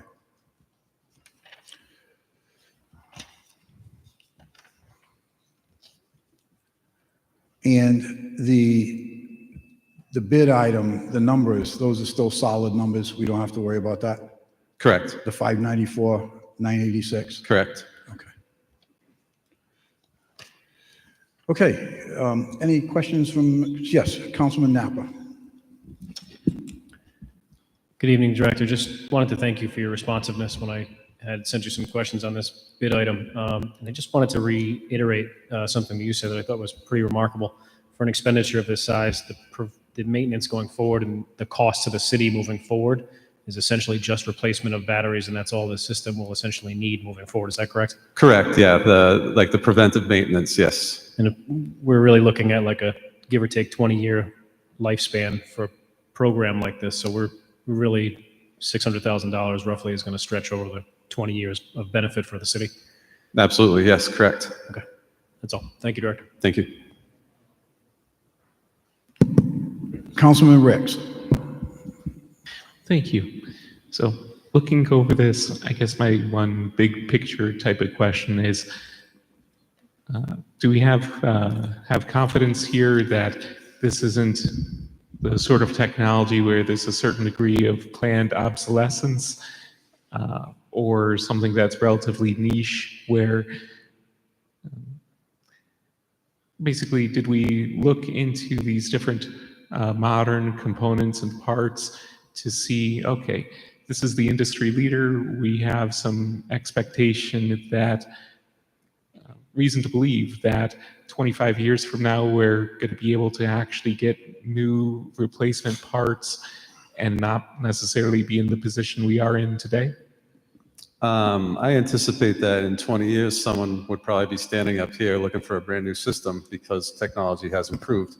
This will allow us some new components like turning pumps on and off remotely, which we don't have now.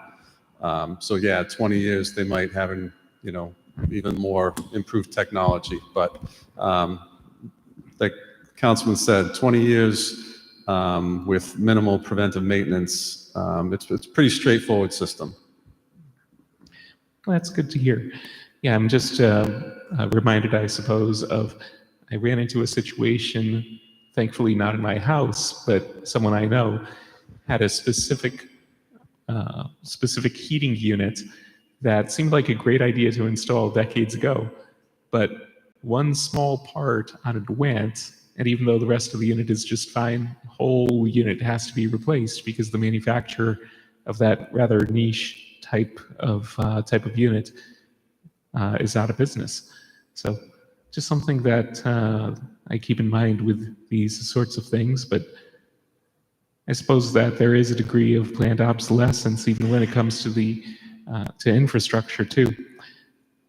Thank you, and I'm glad to hear that we are actually getting some more value here over just replacing a system with something that does the exact same thing.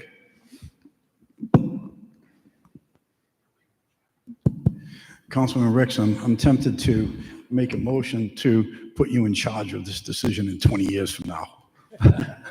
I'm tempted. Oh, good Lord. Are there any other questions from members of the council? Any questions or comments from members of the public? Are there any questions, comments from members of the public? Do we have any questions from members of the public? Hearing none, we'll move on to item number 3, 2025-398, co-responder mental health case manager. And that is found on page 29. Good evening, Major Sullivan for the Police Department. Good evening, Major. I know we had a pretty good discussion on this, and I'd like you to share those comments with the members of the council as well as members of the public as to how important this particular issue is. Sure. So a little background. In 2014, we started the program. Kudos to whoever it was in our police department at the time that had that idea to start that so far ago, because it was pretty innovative at the time. So in 2014, the program began. We had a relationship with the Providence Center, who for the first 4 or so years provided the clinician to us at no cost. However, the business models changed, of course, in the nonprofit sector, at which point we reached an agreement where we shared the cost with the Providence Center. And it's been a very good program, very beneficial to everybody, all the stakeholders involved. The clinician that we had got a new job with a different entity and left us last year. So she went to part-time in February of 2024, And the program essentially ended the fiscal year, June 30th, 2024. So we've been without a clinician since July 1st, or any mental health person. So what they do is they are embedded in our police department, and they work with the officers. They help identify and respond to calls that are mental health related, provide services, intervention, and they can fast track a person that might be in crisis to get them the help they need. It's an investment on our part because hopefully we get the person help they need. It might save us 5, 10, 15 future calls for service.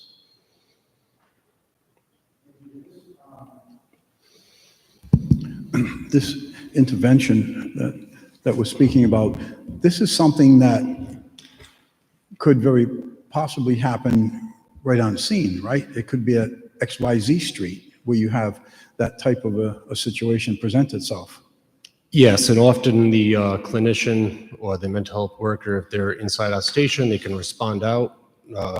If they're doing computer work, desk work, reviewing reports, so on and so forth, they can immediately respond out if there's a need. On other occasions, they're already going to be on the road patrolling with the officer, just on a routine basis. And other times, obviously, they're going to have their time off, so they're should be available on call, and if they can't, they can certainly facilitate a fast track accommodation with the Thrive Behavioral Health. And the cost, this $80,000, this is coming out of the opioid fund, correct? Yes. So there's no cost to the taxpayers. There is not. Directly. In addition to that, this is what I refer to as a subcontract position. So we don't have any exposure to overhead, no pensions, no health care, no workers' comp, no FUTA, FICA, none of that stuff. We have no expenses. That's correct, and it's a one-year contract, so we have that opportunity every 12 months to revisit it, see if it's worth it or not for that particular situation, and either move on or keep the program. Well, I certainly support this. I think this is a great effort on the police department's part to be able to bring this position back into play. I know several months ago, there was an incident in my own ward where I had experienced a situation where this type of intervention could have been used. And in addition to perhaps helping the individual that needs this type of assistance, this person could also have a direct impact on saving a police officer's life or other people as well. Absolutely, yes. Any other questions from members of the committee? Any questions from members of the, Councilman Napa. Don't be bashful, just. Evening, Major. Just wanted to thank you as well for being responsive and everything that I've asked you about this. And just wanted to give my support for this program. Experiencing it firsthand in my yesteryear when I was working at Kent Hospital, I can say definitively that this expedites the process for those of us, those members of the community that are in mental health crisis. And just for a point of clarity, the clinician can perform essential work in the field before they get to the hospital, which reduces the amount of time that our taxpayers would be stuck in a holding position at the hospital, I guess, for lack of better terms. And I think it's a great program. So this is something that's definitely worth a nod. The clinician can actually, even better, can coordinate a response to a clinical environment right at Thrive, circumventing the hospital altogether, freeing up the emergency room for, other matters. Medical matters are always busy, as you know. Thank you, Councilman Napa. Any other questions from members of the committee? Any questions from members of the council? Do we have any questions from members of the council? Are there any questions from members of the public? Any questions or comments from members of the public? Do we have any questions from members of the public? Hearing none, we are going to now move on to the other items which are under $50,000. I'm going to start off with one, and then I'll defer to my colleagues on the council and the committee. Item number 13, 2024-193. We need to assign a PCR number to that. And the reason is it's simply a typo. When you look at your sheets, members of the council, you'll see where it calls for the contract period from 10/13/23 to 10/12/23. Purchasing had spoken with me earlier today and had advised that there was that typo. So we need to change that 2023 to 2025. And the PCR number 3325. Thank you, Madam Clerk. Are there any items that members of the committee would like to have removed? Councilman Napper. Just like to pull the bid item 2022-404, state of RI air compressor maintenance, repair, and installation. Item number 8. Councilman Napper, anything else? That's all. Councilman Muto. Members of the council? Okay, no one over there. Thank you. I would like to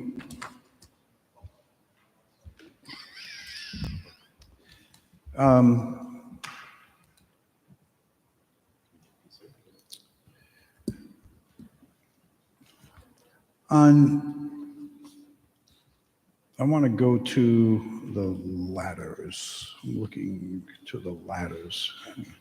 Item number 10, firefighting ground ladders. I'm going to hold that one out. And that's all I have for right now. Anything from members of the public? Are there any items that anyone from the public would like to have held out for you to speak on? Any items from members of the public that you would like to have addressed? Are there any items that you would like to have addressed? Hearing none, we will go to item number 8, 2022-404, State of Rhode Island Air Compressor Maintenance Repairs, and that is on behalf of Councilman Napper.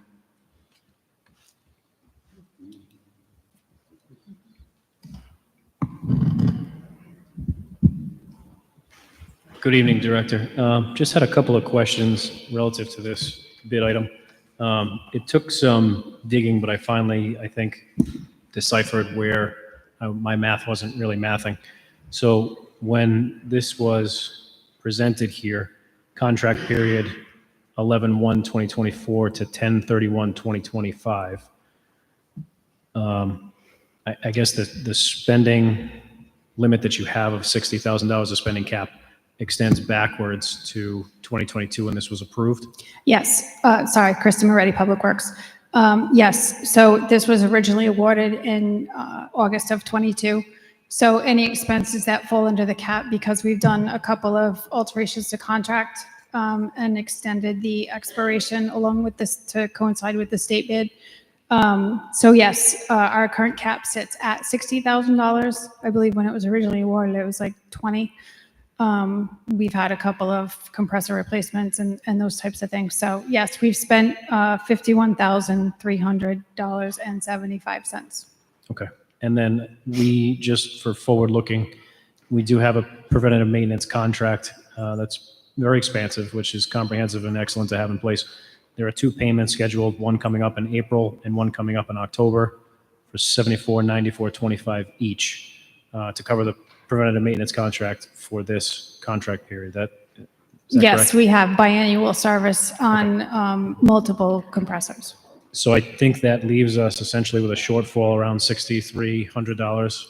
With this request, we're increasing it another $20,000. Okay.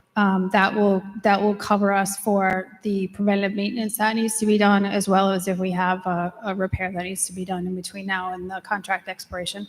Okay, so that's going to leave a cushion of about 13.7, give or take. I didn't math it out, but I'll take your word for it. Is there anything anticipated on the horizon in the next 6 months or so that would necessitate that large of a cushion in spending authority? I mean, I think, No, not that I'm aware of. I mean, obviously, we do have to do the preventative maintenance piece. The 2 garage compressors were fairly recently replaced, but we do have some in other buildings, the senior center, the city hall. Those are usually, there's a backup compressors for the sprinkler systems, so. okay. If I could just make one request, moving forward, just for ease of, so that we can understand, and it's part of my learning curve as well, so I recognize that I may not be up to speed. If we're looking at a bid item that's going to go backwards in time, can we just make that clear in the memo that's presented so that we don't, there was a lot of digging to get to that point for me. Sure. I'd appreciate that moving forward, but I think that just kind of wraps up the conversations that I've tried to have before the meeting. We got some points of clarity out there, and I'm satisfied with the presentation. Thank you.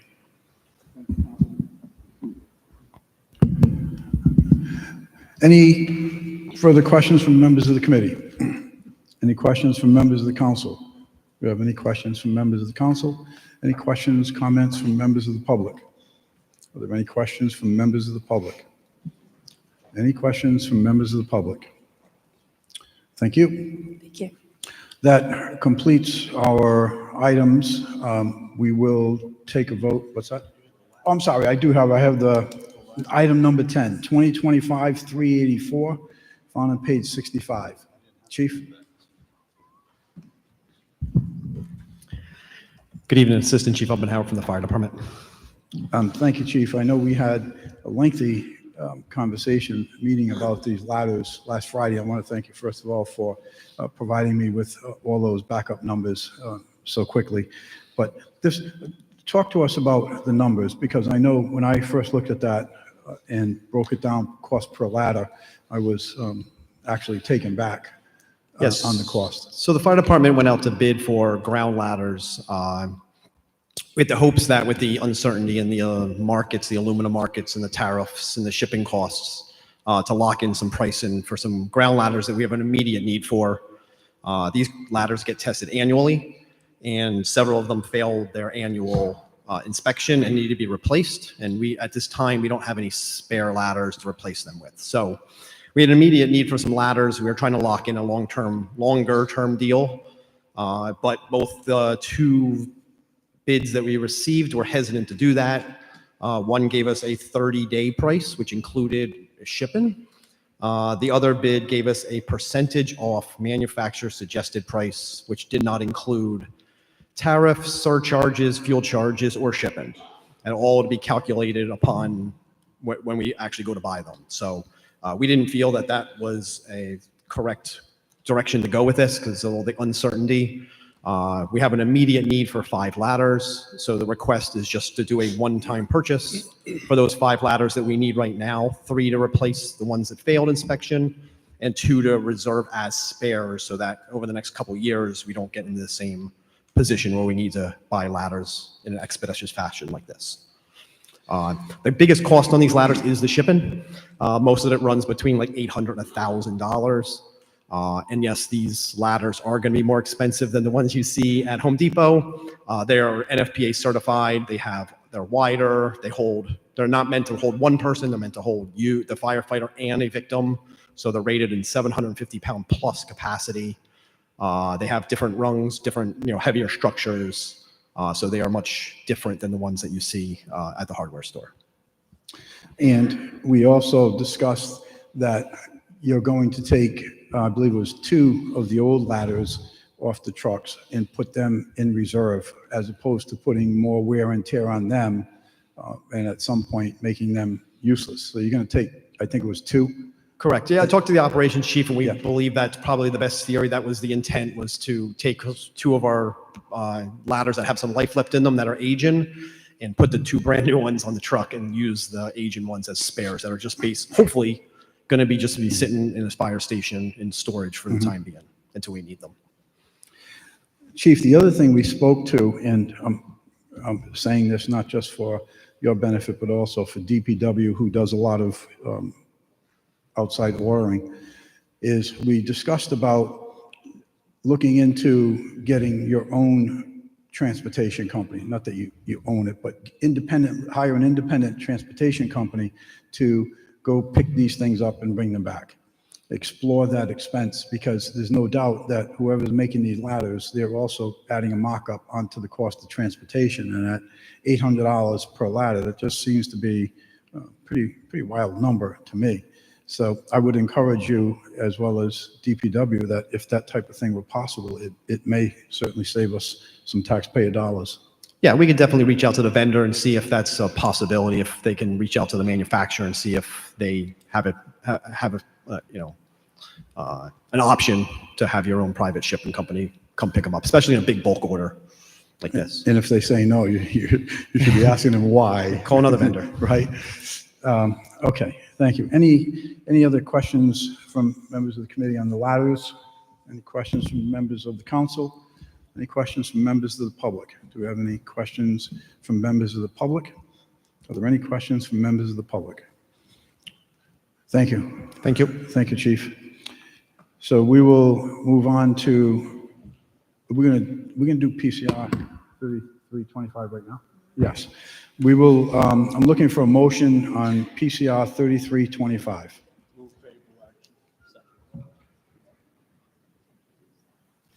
Oh, correct. So the amendment, we'll need to move the amendment first. The amendment is to change the date from 10/12/23. This is the ending date, from 10/12/23 to 10/12/25. I make a motion for that amendment. Second. We have a motion, we have a second. Any discussion? All in favor? Aye. Aye. Need a motion to move as amended. Move favorable action as amended. We have a motion to move PCR 3325 favorable as amended. Do we have a second? We have a second. Any discussion? I'm hearing chatter in the background. Sorry. Solicitor, don't be bashful. Grab the mic and just give me a yell. Any comments or questions from members of the public? Do we have any questions from the members of the public? Any questions from members of the public? Hearing none. We have a motion. We have a second. Councilman Foley. All in favor? All in favor? Aye. Thank you. Now we need a motion on the bid package. Move favorable action on the bid package. Second. We have a motion, we have a second. Any discussion? All in favor? Aye. Aye. Thank you.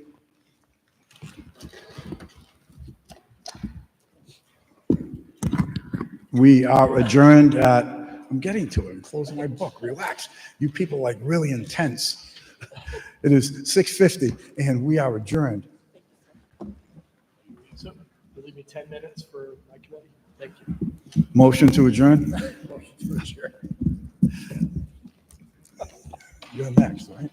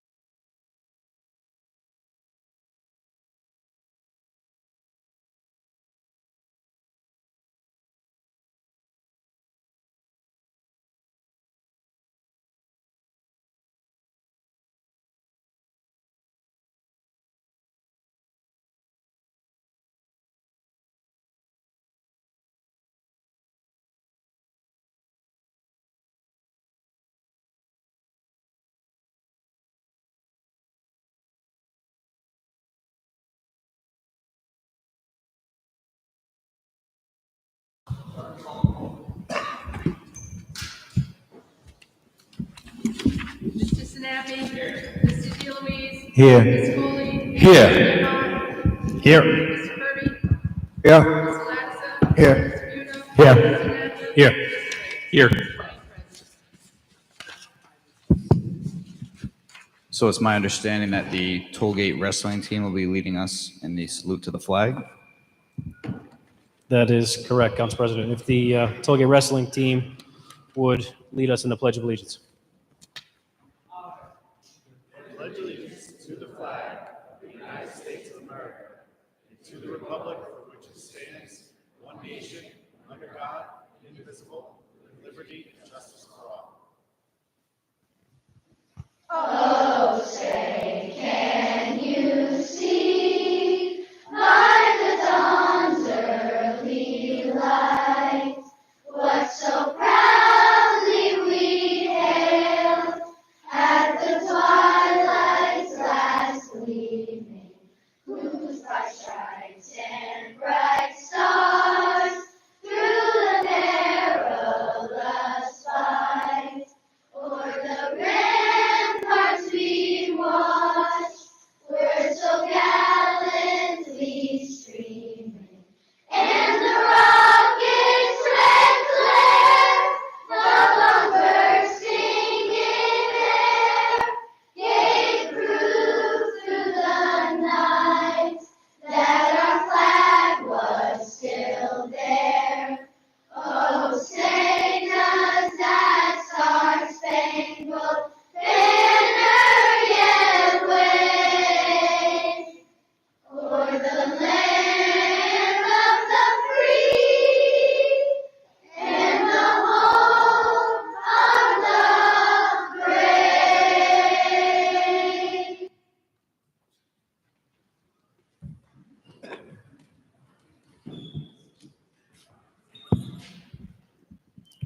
First, we have general communications, announcements of congratulations, condolences, or community events. We'll start with Councilman Napa. Thank you, Council President. Ladies and gentlemen, I'd like to thank you all for coming out tonight. We do have the Tollgate High School wrestling program here, and I thought it was very important to take an opportunity to recognize hard work, dedication, and something good in the community, rather than worrying about things that are plaguing us currently. So this is a great opportunity to recognize the Tollgate wrestling program.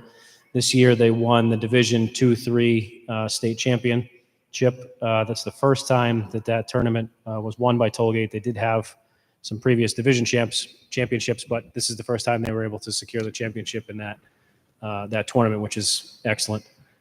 Several state champions, several second place finishers, and a really strong program.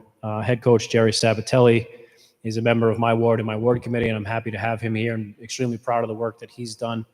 His assistant coach, Joseph Leal, wrestled at my alma mater at Warwick Vets. And, I know Joe very well. I couldn't ask for two better leaders for these kids. I know that the dedication goes far beyond what the public sees. Time off the mat, traveling for weekend tournaments, long hours at night, trying to get kids to make weight, keeping track of the youngsters. Coaching takes an immense amount of time and a large dedication. So their families have sacrificed, I'm sure, just as much as anyone else. So thank you to their families for allowing them to be mentors and leaders to our youth. And thank you both, Coach Sabatelli and Coach Leal, for the tremendous job that you've done. I know that one thing that was extremely important to both of you was a team-first mentality. In a program like wrestling, it's the only way that you can succeed and win a tournament like a state tournament is to have everyone top to bottom give 100%. The state finalists, they certainly help, but my mother used to say, you win championships with your undercards. And the folks that may get knocked out in the first round that fight through and take 4th and 5th place, 6th place, and score points underneath in the undercard are just as important, if not more important, than those that might just win 4 matches to get to the state championship. So tremendous effort, top to bottom. Without the young freshmen contributing, the seniors can't succeed either. So all of you, great testament of working together, teamwork, and a testament to your coaches and how well that they've given their leadership towards you. So I just want to recognize, as you're here, the mayor has done individual citations for each of you. Your coaches will get those out to you. But I want to recognize all of you. As I say your name, if you could just please stand. going from top to bottom, I'll go through from the 12th graders down. Bendon Encore took second place at 138. Code and Flag, second place at 215. Andrew Francis, Josh Quimby, John Ritchie, Marcos Ramirez, state champ at 126. Brandon Riley, Jared Sabatelli, state champ at 120. Victoria Salinas, Caden Williams, Carson Wirtz, state champ at 150. Luke Broder, Jack Sabatelli, second place at 106. Noah Blasi, Jackson Dewar, Gavin Folkowski, Jackson Gray, George Holmes, Brendan Mariday, Victor Montefar. Please forgive me if I'm butchering your name. Gavin Piscopio, Yusuf Albayati, Matt Aversa, Davin Barbary, Shane Bosinatal, Adrian Burgos, Luke Mullen, Darian Morales, Matthew Newsham, Emerson Poucher, David Robidia, Terrian Shannon, Gianni Spaziano, Jeremiah Quay, Stephen Vigant, and Colton Wirtz. Those last group of wrestlers were the freshmen, and they took, Coach, they take fifth or sixth? They took sixth at the state tournament too. So the program certainly does have a bright future with a large group of freshmen that took sixth in the state as well. So if I could just get a round of applause and recognition for coaches and players.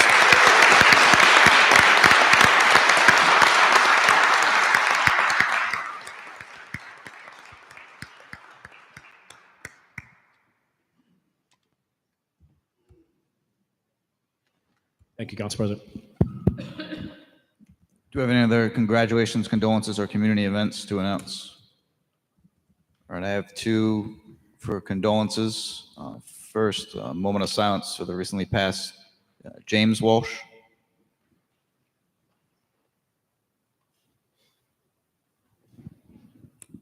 And then a moment of silence for the recently passed Edward Ursillo Jr.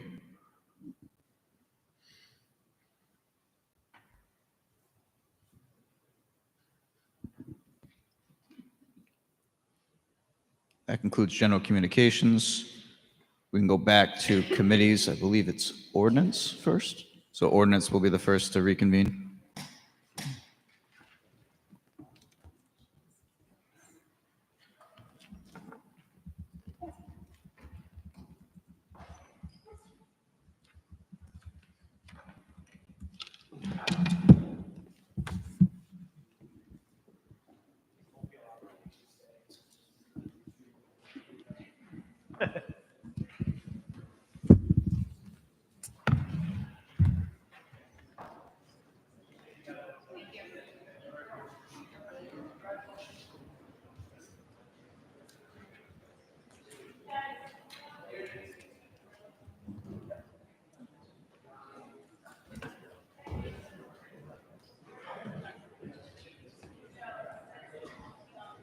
What are you asking me? Hold on.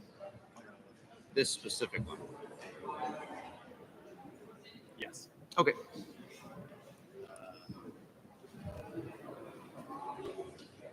Yeah, I had multiple issues with it. Yeah. So now I have to respond. Sorry? I mean, first goes to you guys. You don't have to do anything, but ideally, yeah. Yeah, public comment. Usual jam. Why is this the first time we've had like a normal? Well, first we've ever had ordinance. Is this the first ordinance that we had? Oh, yeah. I was gonna say, it might be the first time we've had a normal one, but yeah, both.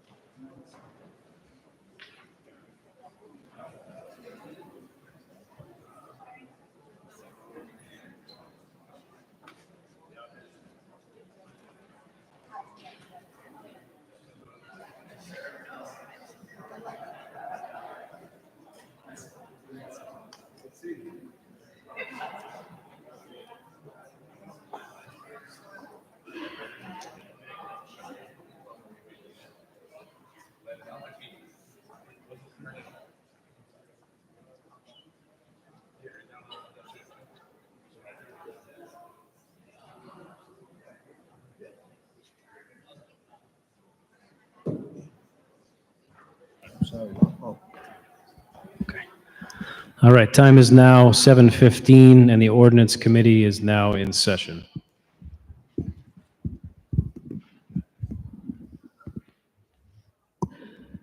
Okay, so the first item on the ordinance committee agenda is acceptance of the minutes from the meeting held on October 21st, 2024.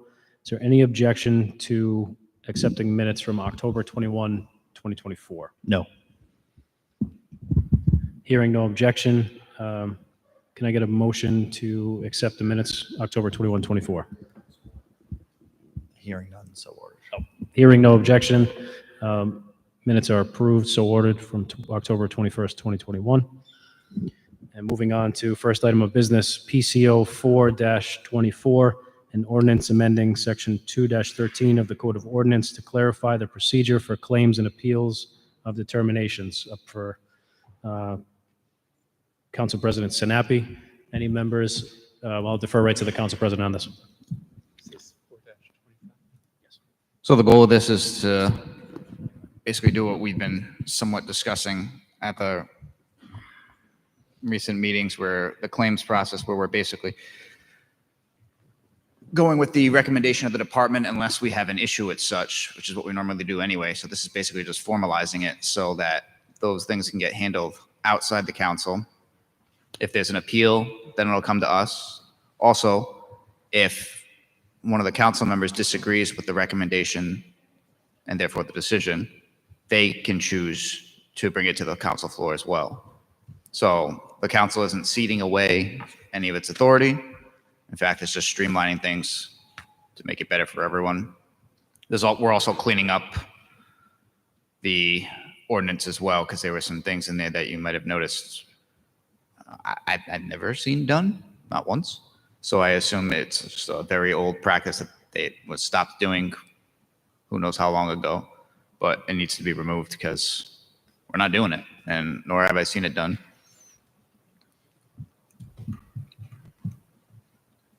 Council President, any questions or comments from the members of the committee?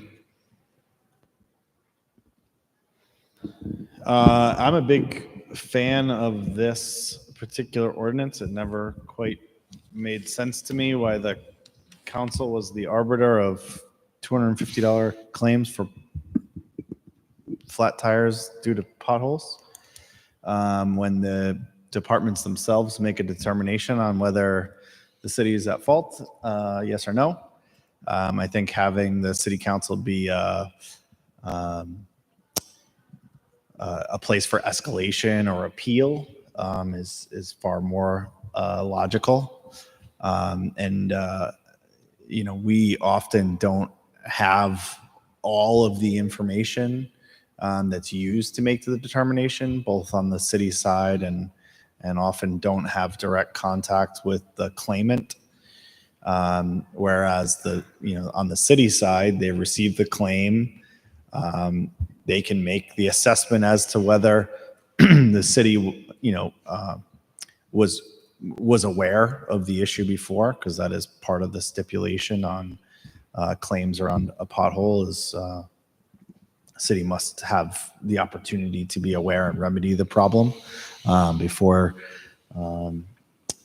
we agree to make claim. So I think overall this is gives us more time back to focus on more sort of serious issues for the city council to consider. And I think this is just a solid process improvement, and I'm happy to support it tonight. Thank you. Councilman Ricks? Yeah, I have no objection to changing the process in this manner. It's always something where I keep in mind that from the beginning of the process through even the end of the process, really it's up to the city to actually fulfill what happens here. The city, the administration is the executive branch of government. In fact, I think that there are still some outstanding claims where it's just a matter of not a dispute over what the city council has decided to award, but a dispute as to the city providing the proper waiver and release forms for the checks to get issued. So, well, I think that this also properly reflects the serious limitations that this city council already has in this process. And so, given all of the limitations we're already dealing with and the lack of actual power over any of this decisions that we supposedly make, I really don't mind streamlining the process and letting the city further take the lead on this. Thank you. Thank you, Councilman Rex. Any other questions from the committee? Any questions from members of the full council? Councilman Lattiser. Thank you, Mr. Chair. Council President, I'd like to be added as a co-sponsor onto that, if I could. Absolutely. I think that this is a very appropriate piece of legislation, and as I think back over the last 12 years, the amount of time that we have spent sometimes haggling over decisions that have already been made by the department, this is quite appropriate. Thank you. Thank you, Councilman. Councilman Muto. I also like to echo what some of the other council folks have said. I believe this adds some efficiency. And my question would be, if we pass this, do I have to show up to my committee?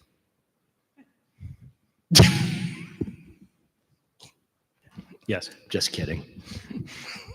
Any other questions from members of the council? Questions or comments from members of the public? Questions or comments? Oh. Of course. Sorry about that, Councilman Foley. Any other questions, comments from members of the public? Seeing none. Also like to say this is a more expeditious way to get our taxpayers paid instead of dragging it out for weeks and weeks and weeks. So that is excellent. Councilman Ricks. Thank you. Pardon me, a very brief question here. I thought that I had read this earlier, and giving it that extra second or third look, it's my understanding that the intent here is for the report, basically the determination date of the report is the same day that it is actually sent to both the city council and to the claimant, and it would be sent to both, that is, to each city council member as well as the claimant at the same time, correct?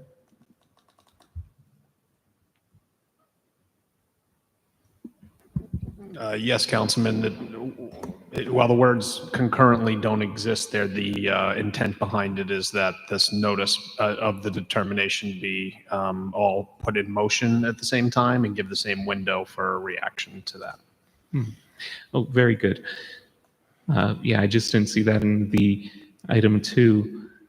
That is on the second page, first line, because obviously it wouldn't do us any good if we're told about the decision, say 15 days afterwards, and we only have the 14 days to appeal.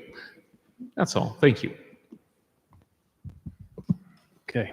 Can I get a recommendation from the committee? Favorable action. Move favorable action. Do I have a second? Second by Councilman DeLuise. All those in favor? Aye. Aye. Ayes have it.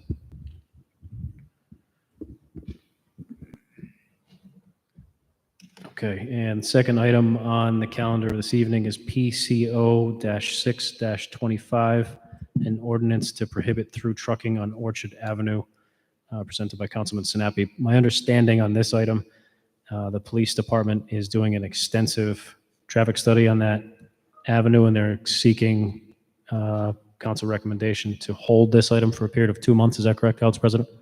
Yeah, can we hold this till April 7th for now, please? All right, can we have a motion to hold till April 7th? Do I have a second? Jeremy. Councilman Second by Ricks. Councilman Ricks. All those in favor? Aye. Aye. Okay, hold till April 6th. That is the last item on Ordinance Committee agenda. We stand adjourned at 7:25. Next up is the Public Safety Committee.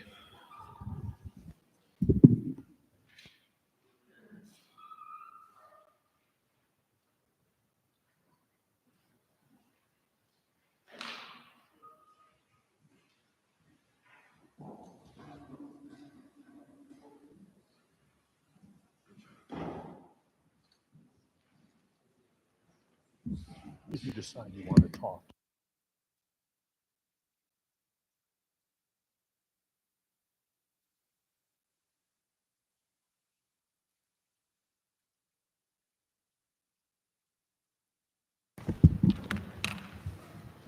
See what time it is, 7:26.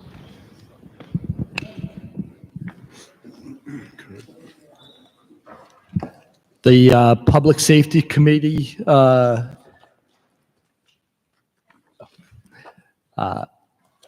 starting at 7:26. First order on the calendar is the acceptance of minutes from January 13. May I have a motion? Make a motion to approve? All in favor? Aye. All right. Opposed? The ayes have it. All right, so we have a few items on the list. First one up is PCR 3225. Oh, we already did that one. First item is Shirley Davis. Shirley here? No. Shirley has a claim of from Park Ave Auto for $346.20. The department recommends approval of this claim at $300. Do we have any questions from the committee? Do we have any questions from the council?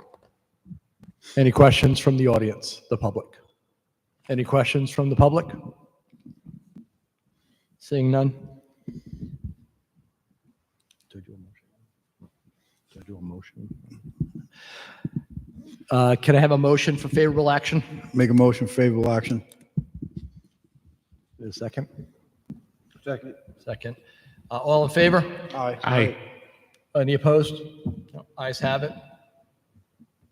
Okay. Next item on the agenda is for Shirley Davis of 975 Great Hill Drive. What's that? Does she? No, Mayor Belmore. No. Am I going out of order? No, you're right. Okay. You're right. All right. Shirley Davis. Is Shirley Davis here? Okay. Shirley Davis has a claim for $330.40. The director recommends approval of the claim of $300. What's that? I thought I just did Mary Belmore. Yeah, I thought you had said Shirley Davis too. Oh. Because I had switched over to that page. Oh, you know why? Because Shirley Davis is the first one on this list, but Right. second one here. All right. So Shirley Davis was the one. Shirley Davis, we've already done, so if that's Shirley Davis is 4-0. So, my bad. All right, next one on the list is just doing this to see if you guys are paying attention. Anyways, so Mary Belmore. Mary Belmore has a claim of $346.20. The director recommends approval of $300. Do we have any questions from the committee? Councilman Lattiser. Thank you, Mr. Chairman. Meadowview Avenue is in my ward, and that is an area that has had pothole issues. I have been reporting them to DPW, and they haven't been taking care of them in a timely manner. Unfortunately, with the winter time coming up, sometimes the plows pull them up. So that's definitely an area that I would support the $300 on that. Thank you. Thank you. Anybody else from the committee? Anybody else from the council? Do we have anybody from the audience? Anyone else from the audience? Seeing none? May I have a motion? Make a motion for favorable action. Second. Moved. All in favor? Aye. Aye. Opposed? The ayes have it, 4-0. And to clarify, favorable action in the amount of $300, correct? Yes. Yes, that is correct.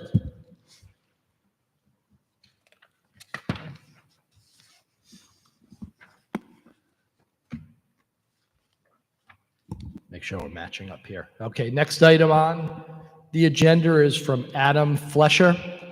Is Adam Flesher here? No. Adam Flesher has a claim of $1,064.47 hitting a pothole on Commonwealth Ave. The recommended claim approval is for $300. Any questions from our committee? Any questions from the council? Any questions from the public? Any questions from the public? Seeing none, they have a favorable action. Make a motion of favorable action in the amount of $300. Second it. All in favor? Aye. All opposed? Ayes have it, 4-0.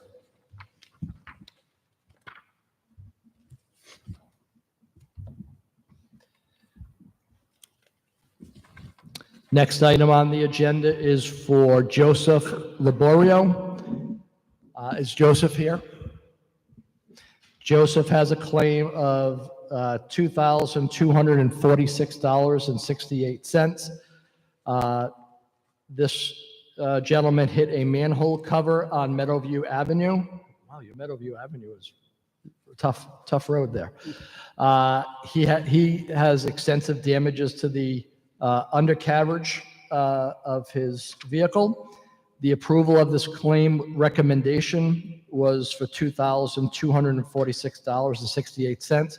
This goes above and beyond the typical tire repair.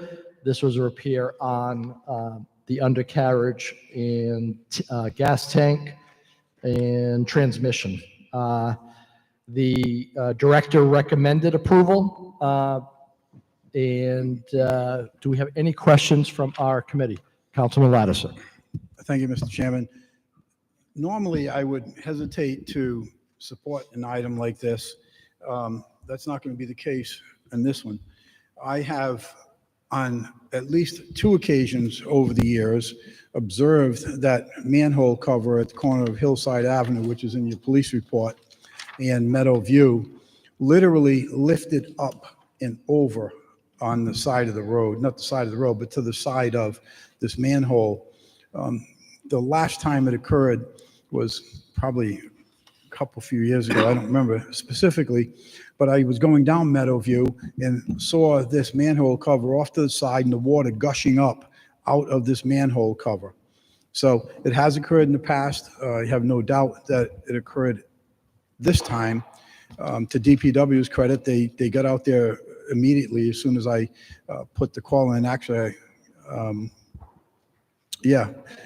had put the call into them and they were there like pronto, and cordoned it off and took care of it. And I think it was the result of a clogged drain somewhere. But I also saw the same thing happen just very recently on Post Road, right across from the new U-Haul facility. I'm driving down Post Road heading north, and the same thing, manhole cover completely out and over to the right-hand side of the road. So I have no idea what happened with that, but this can be very dangerous, and it obviously, as you can see, can be very expensive. So I would support this. Any other questions by the committee? By the way, they have the proper documentation, canceled checks, et cetera. Any questions from the council? Any questions from the public? As I was corrected by Councilman Foley, it's not the audience, it's the public. Thank you, Councilman Foley. So any questions from the public? Seeing none, may I have a favorable action? Move favorable action as presented for $2,246.68. Second. All in favor? Aye. All opposed? Ayes have it, 4-0.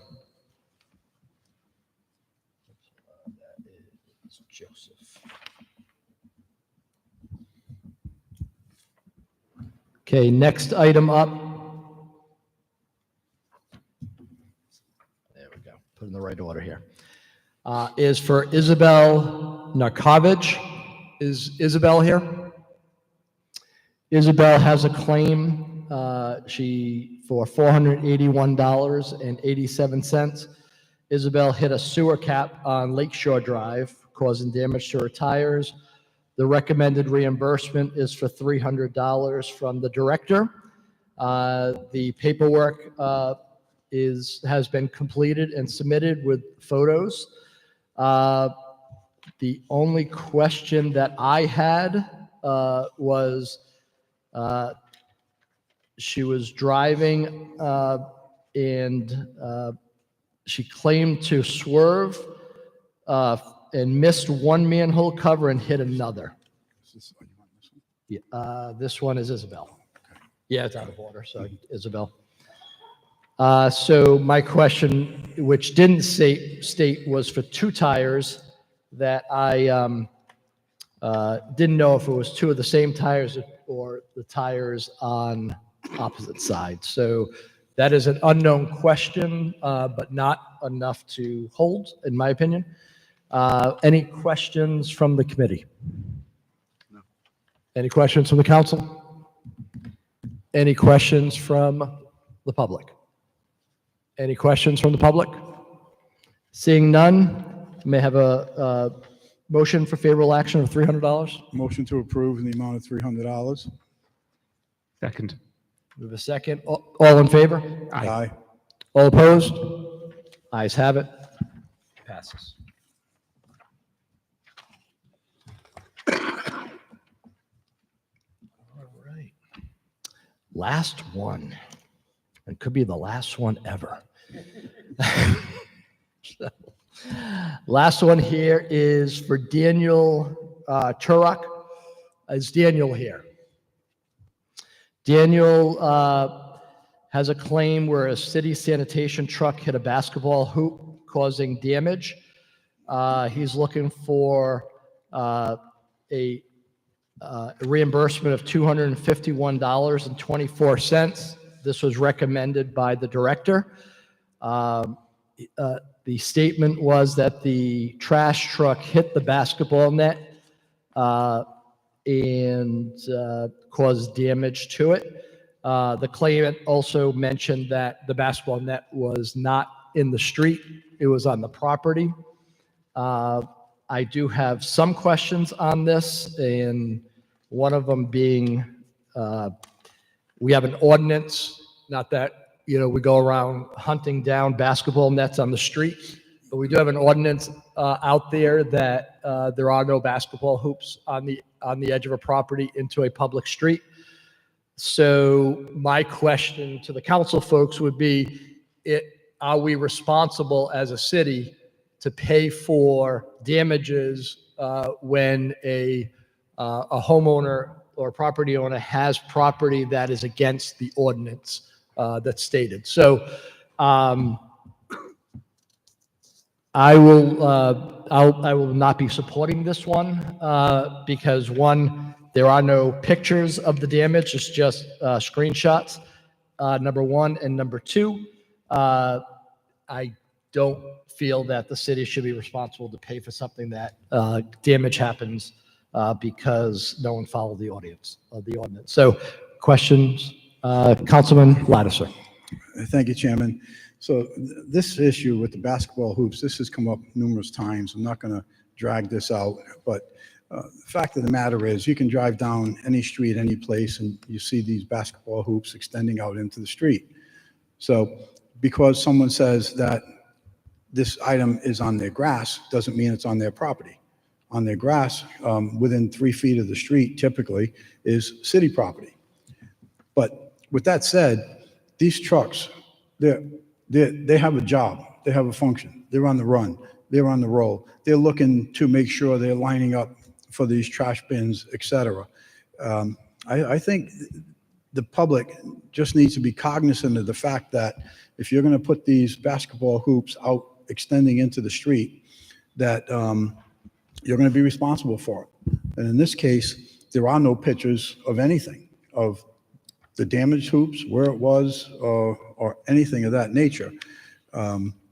So I just find it difficult to support this issue. And, maybe the answer is, for a whole bunch of reasons, put the cameras, the video recorders, on the front of the DPW trucks, so that they can be videoing what's in the streets and what not in the streets. But in any event, that's my 2 cents on this. Thank you. Very good. Anybody else? Councilman Ricks. Thank you. I have to respectfully disagree. First, I know that it's often used as shorthand that okay, thank you. Okay, so I'll start over again, make sure that the mic is picking this up. Thank you. So I know it's often used as shorthand that the city owns the first 3 feet of someone's lawn or the like, but legally that's not quite the case. The city has an easement, typically, depending on the property, depending on the history of it all. Warwick didn't exactly have comprehensive planning when it was founded nearly 400 years ago. But typically, the city has an easement over the first 3 feet. The homeowner owns their entire property. It gets counted as part of their square footage, as part of their frontage, all of that good stuff. But the city has an easement, meaning that it's possible for the city to take certain actions. The city has certain rights as to that first 3 feet, and it also has certain obligations as to those first 3 feet. Out of all of that, the homeowner is entitled to go ahead and use that first 3 feet of their property. We see this also come up with mailbox issues. The mailbox gets hit. If the city is negligent, then the city needs to pay for that mailbox. I see it the same exact way with these basketball hoops. There is a question of fact here as to whether that basketball hoop was entirely on that grass. Obviously, if the sanitation truck went onto the grass off of the street, took out that basketball hoop, I think that most of us would tend to agree that the city shouldn't be driving the trucks on the lawns. Same thing with snowplow damage, same standard there, and that's why the city goes ahead and offers to, on request, repair snowplow damage to people's yards too. But here it comes down to a question of fact. I understand looking at the packet, I'm not seeing photos here either, but the department did recommend approval of the claim in the amount of that lowest of the 3 estimates, the $251.24. I see that as an admission. I would think that before the director signs off on agreeing to pay that amount, he would have talked to the driver, done some due diligence there. So I see this as an admission. I would tend to defer to the director's judgment when the director is in the favor of the resident, especially. I'll say that if simply because the director recommends denying the claim, I'm not going to defer to the director then. I want to look out for the resident on these. Although, of course, I always value the director's input and logic on these items. So for those reasons, I'm going to support this one in that amount of the lowest of the 3 estimates. Anybody else on the committee? Yes. As far as the property lines, they're different throughout the whole city. Typically, they'd be 5, 10, 12 feet, not the 2 feet off the street. So not knowing if it's a 12-foot setback or a 10-foot, I don't see how we can go about this without that information. And thank you. Great opinions. And actually, this last one is probably the only, I don't want to say concern with the change in the legislation because it helps my committee, but it's more of, do we have the right standards in place for our directors to be making the decision? And with an incomplete package and approved, there may be some standards that we can apply, to the Department of Public Works when they're applying for these. Any other questions from the committee? Any questions from the council? Yes. Right behind you. Oh, Council President. So I think Councilman Rick said most of what I was going to say. And then Councilman Kirby followed it up with more of that as far as the information is not present as far as where the hoop was. Could have been in the middle of the lawn, could have been at the very edge. The fact that the department's recommending what they are recommending suggests it was in a spot that was secure and that this was just an unfortunate accident. If some may recall, we had a not quite similar, it wasn't a similar claim, but it was a claim where this time it was the police recommending reimbursement and we had a question. And it was, again, we were like, well, they're recommending it, but are we sure? And yes, they were sure, and that's why they recommended it. It was kind of somewhat, it ended up being somewhat insulting on our part to question them. We didn't know that at the time, obviously, that wasn't the intent. So this is kind of one of those things where, look, you know, it's their job that we've seen plenty of times where they deny, like lots, that we're not new to that. So it's not like they're giving away the farm. And yes, with the new process, this would be an example of something you could otherwise pull if you didn't agree with the recommendation, or we'd have to be simply trusting them. So this is almost like a good trial run where how do we want to handle these going forward? Is this going to be an example of the kind we're going to pull? Or are we going to say, look, we trust them to make the judgment call because that's why we're changing it accordingly. So just vote however you feel. Yep, great feedback. Thank you. Any other comments from the council? Any comments from the public? Any comments from the public? Seeing none, may I have a move for recommended? I make a action? motion for favorable action on 251-24. Second. All in favor? Aye. All opposed? Ayes have it, 4-0. Motion passes. That wraps up the business for, Councilman, I need you to vote on the second set of minutes on that one. oh, second consent count. Oh, I missed that one. Okay, my apologies. All right, so I need the one from March 10th?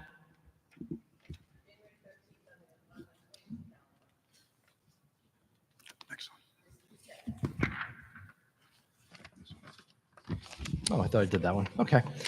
Never mind. All right. May I have a motion to accept the minutes from the Make a committee? motion to accept the minutes of January 13th, 2025. Second. Second. All in favor? Aye. Aye. All opposed? Ayes have 4-0. Now we can adjourn. Can I have a motion to adjourn? Make a motion to adjourn. Second. All in favor? Aye. All right. Public Safety Committee completes at 7:49. Next up is the Intergovernmental Committee. What's that? Not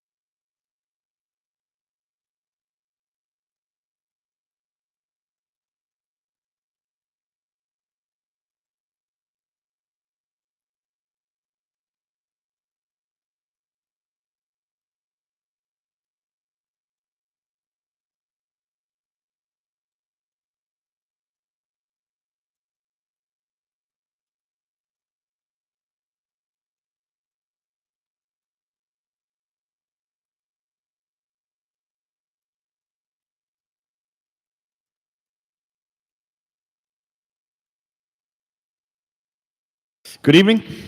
Time is 7:50. Intergovernmental comes to order. First item in business, acceptance of minutes from the committee meeting held on February 10th, 2025.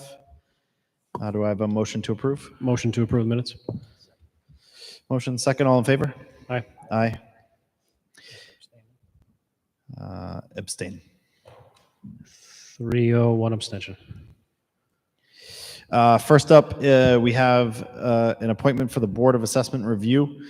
This is a reappointment, so Mr. Stevenson is not required to be here. Mr. Stevenson, are you in the room? Okay, just checking out of courtesy. Do any members of the committee have any questions about Mr. Stevenson's reappointment to the Board of Assessment Review?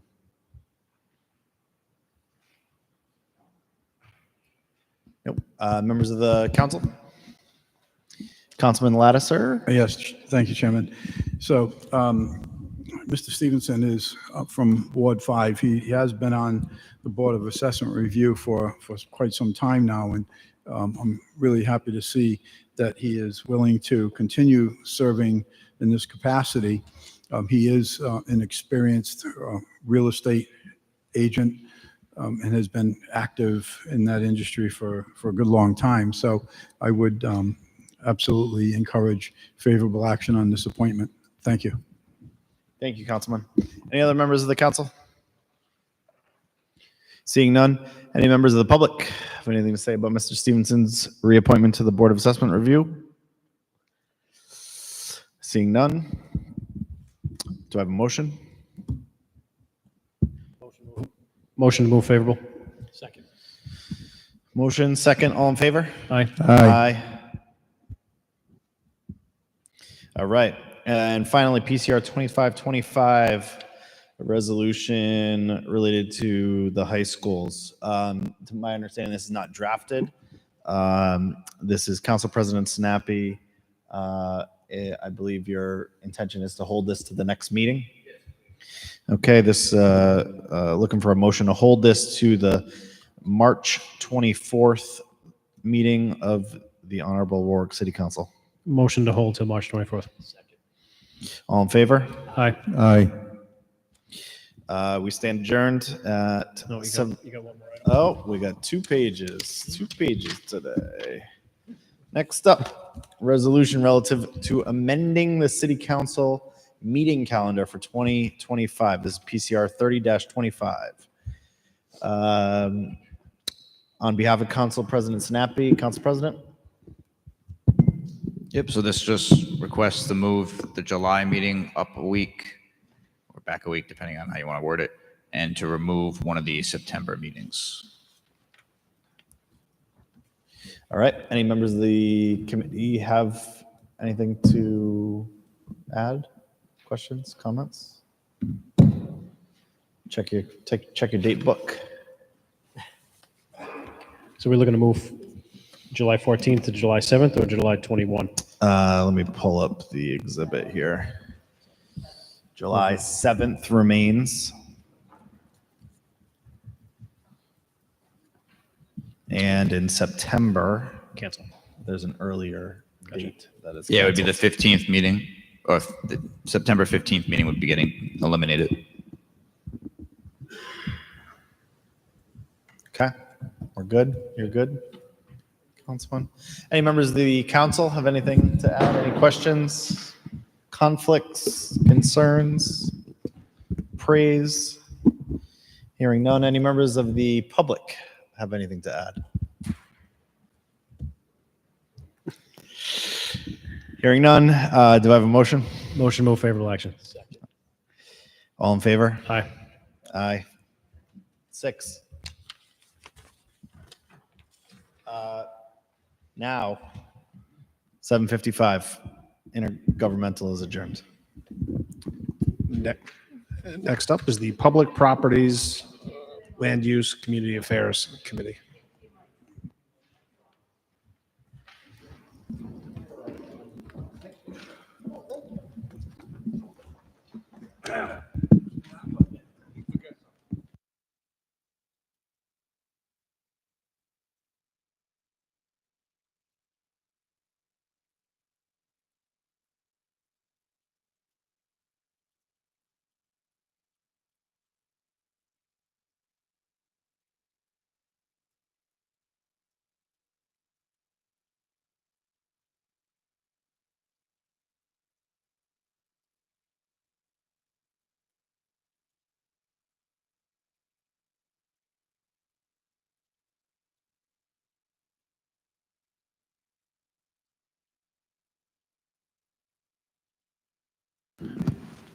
All right.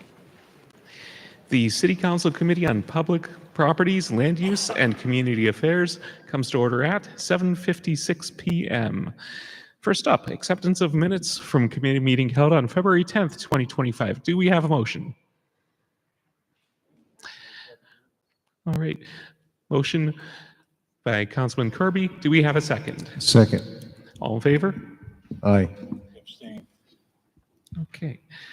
Moved by Councilman Kirby, seconded by Councilman DeLuise, and vote 301, or excuse me, let's see. 301 abstain. Yes, with Councilman from Ward 1 abstaining.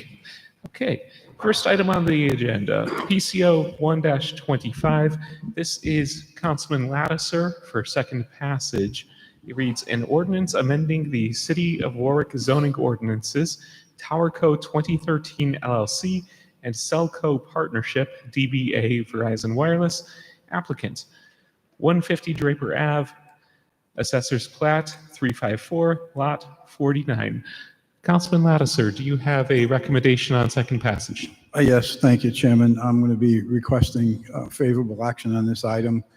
We have had significant discussion on it at the previous meeting, and I would respectfully request favorable action. Thank you.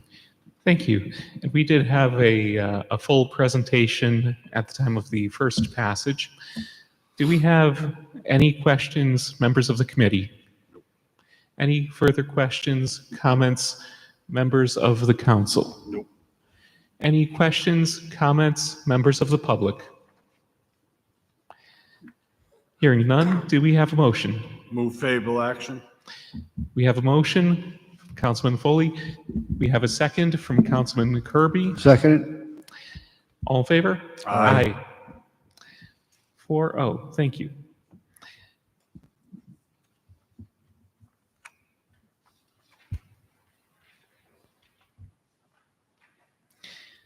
All right. Second on the agenda, this is Council President Sinapi. PCO 2-25, an ordinance amending Appendix A, zoning ordinance of the City of Warwick to expand the geographical area in which retail sales of marijuana and related products can occur. Thousand Lakes LLC petitioner, 319 Bald Hill Road, Assessor's Plat 273, Lot 481. Council President, do you have a recommendation on second passage? Council President requests favorable action. Do we have any further questions, comments, discussion, members of the committee? Questions, comments, members of the council? Questions, comments on second passage, members of the public? This was also an item where we had significant discussion on first passage, including the full presentation. Hearing no comments, questions, do we have a motion? Move favorable action. Councilman Foley moves favorable action. Do we have a second? Second. Councilman Kirby. Okay. All in favor? Aye. Aye. The ayes have it, 4-0. Third item on the agenda. This is Councilman Lattiser. Another item up for second passage. PCO 3-25. An ordinance amending the zoning ordinances of the City of Warwick, Sprague Covington LLC as the applicant. 112 Old Warwick Ave, Assessor's Plat 351, Lot 234. Councilman Lattiser, do you have a recommendation? I would recommend favorable action on this item. This particular property has certainly been a source of problems and issues over the years, and to improve this to the degree that this new development is going to do it is, I think, going to be very, very productive for that area, and I would respectfully request favorable action. Thank you. Thank you. Similarly, we had a full presentation at an earlier meeting.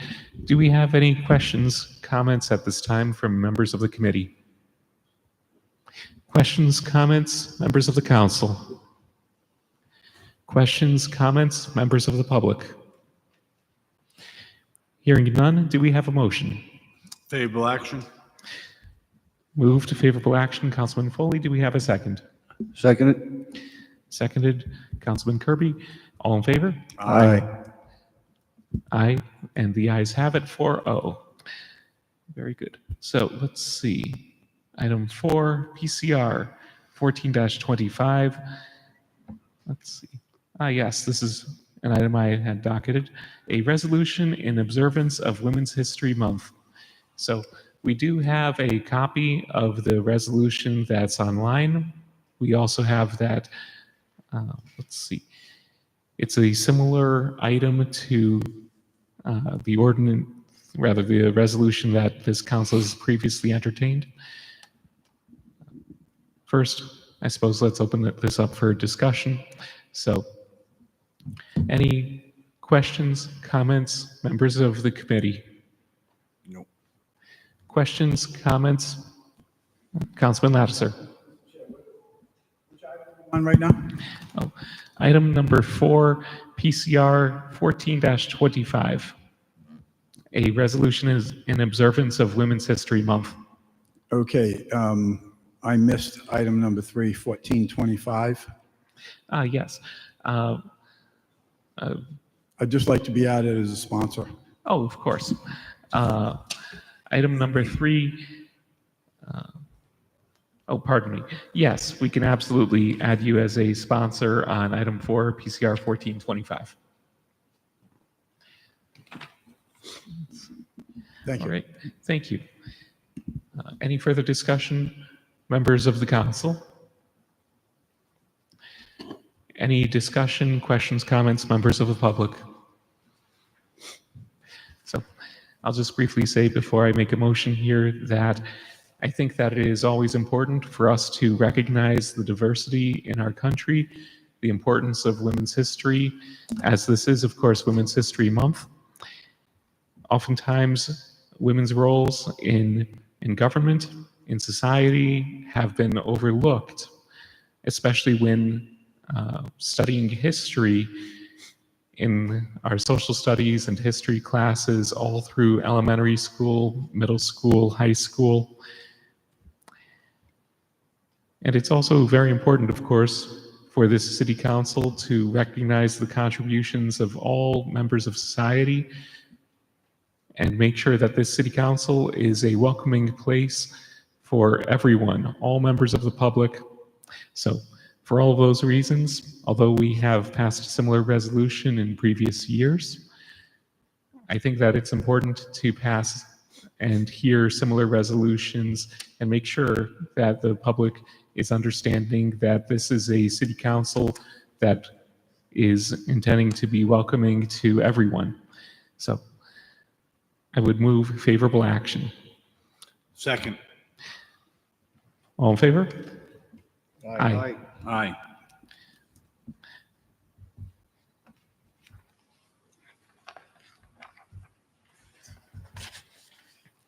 All right, 4-0 in favor. And finally on the agenda, item number 5. This is Councilman Lattiser on behalf of Mayor Picozzi. PCR 22-25, a resolution authorizing a telecommunication tower lease at 150 Draper Avenue with TowerCo 2013 LLC and Cellco Partnership DBA Verizon Wireless.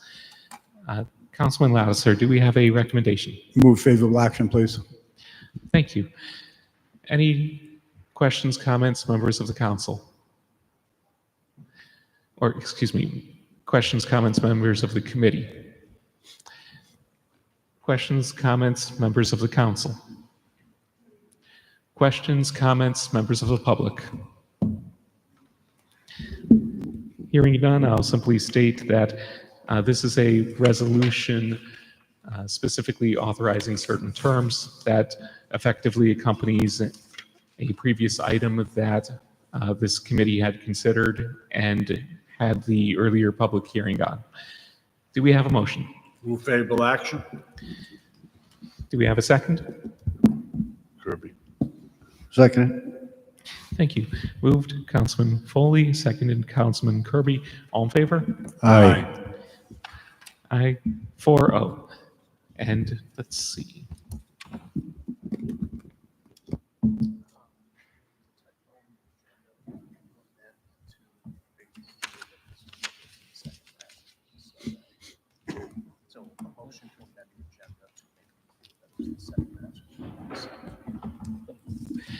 A clarification from our city council solicitor. We are going to return to item 1. I'm going to make a motion to amend the agenda of the committee so that item 1 reads PCO 1-25 sub A. That is adding the sub A to the title. And the rest of it would read as it currently reads as printed. Any discussion, questions, comments, members of the committee? Questions, comments, members of the council? Questions, comments, members of the public? Hearing none, do we have a second to that motion? Second. Thank you. All in favor? Aye. Do we need to move it again now?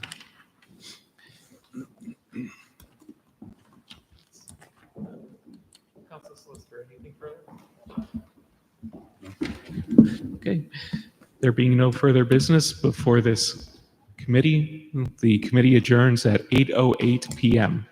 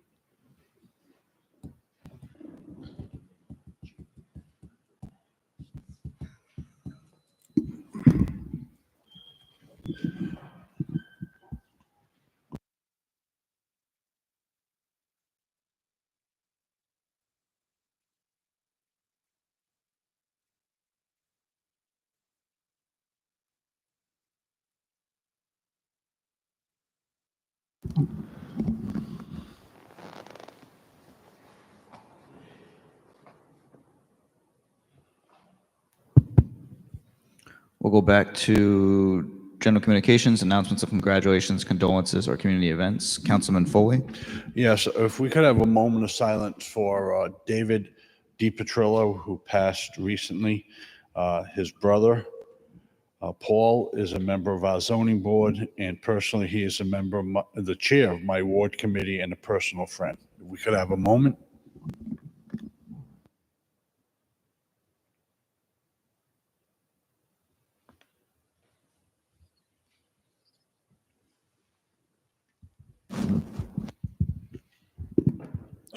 Additionally, if we can have a moment for the recently passed James Prada.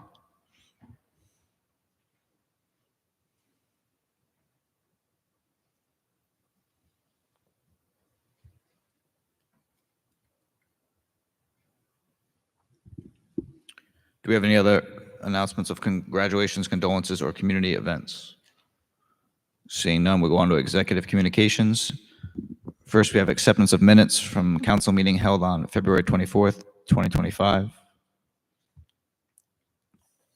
Does anyone object to approving said minutes? Seeing none, minutes are approved. Next, we have announcements of appointments.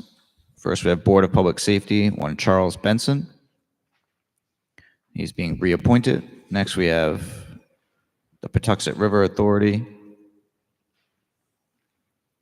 Two people being reappointed. First, we have Aaron Walsh Woodside, and then we have Alicia Nero. Next, we have appointments requiring confirmation, specifically to the Board of Assessment Review, one Christopher Stevenson. This is intergovernmental.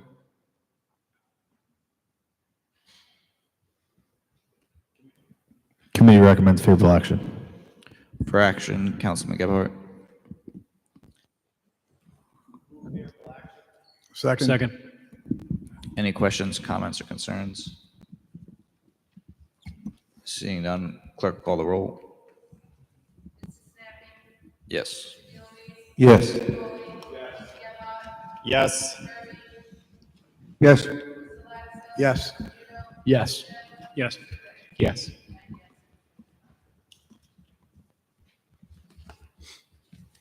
Next, we have the consent calendar.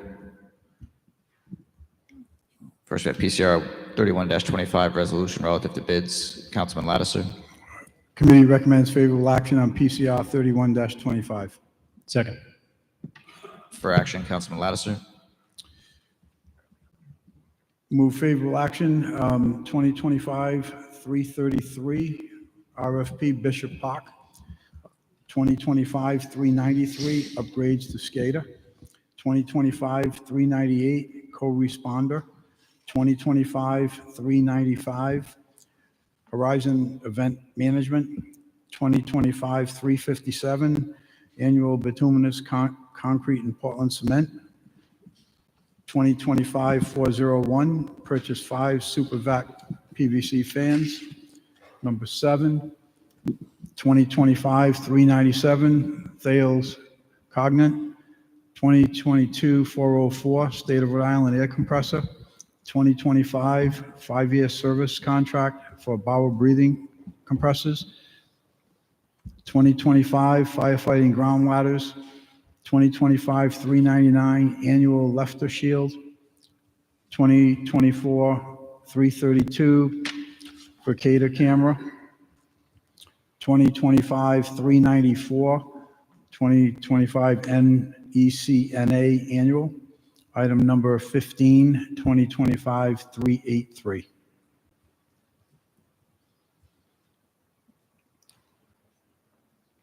Any questions or comments? All right, seeing none, we go to the PCR 32-25, resolution relative to claims. Councilman Muto. Committee recommended favorable action on PCR 3325 as amended. And the amendment was for a typo.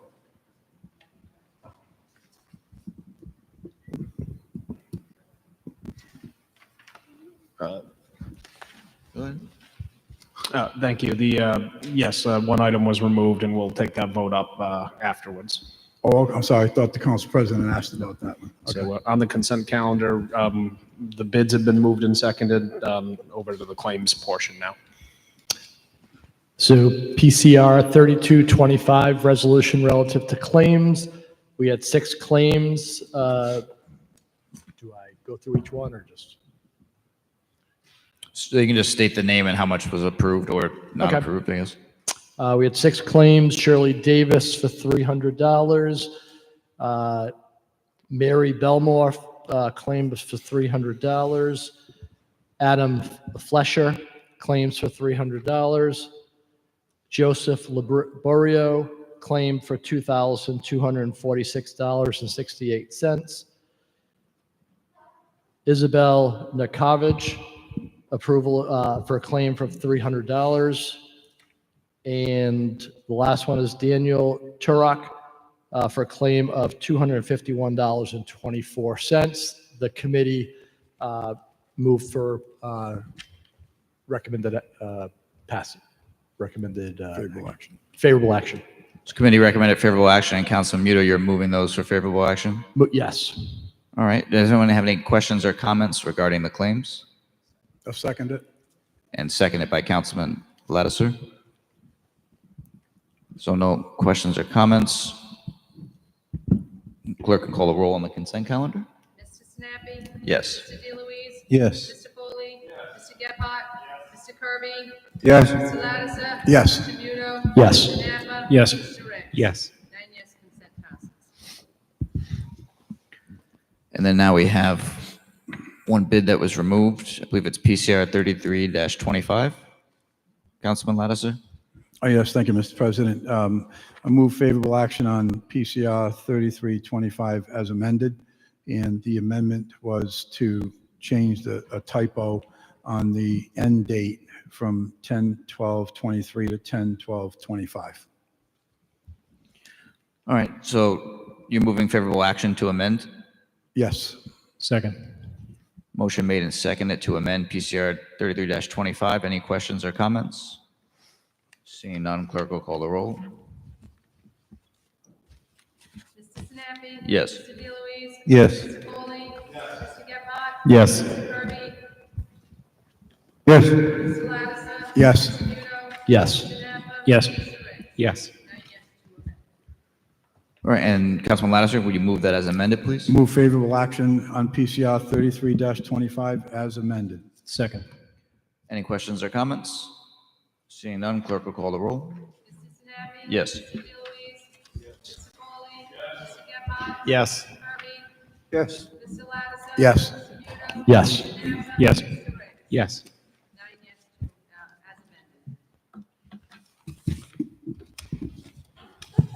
All right, on to unfinished business. First, we have PCO 1-25, an ordinance amending the City of Warwick zoning ordinances, Tower Co. 2013 LLC, and Cellco Partnership, DBA Verizon Wireless, applicant 150 Draper Avenue, Assessors Plat 354, Lot 49.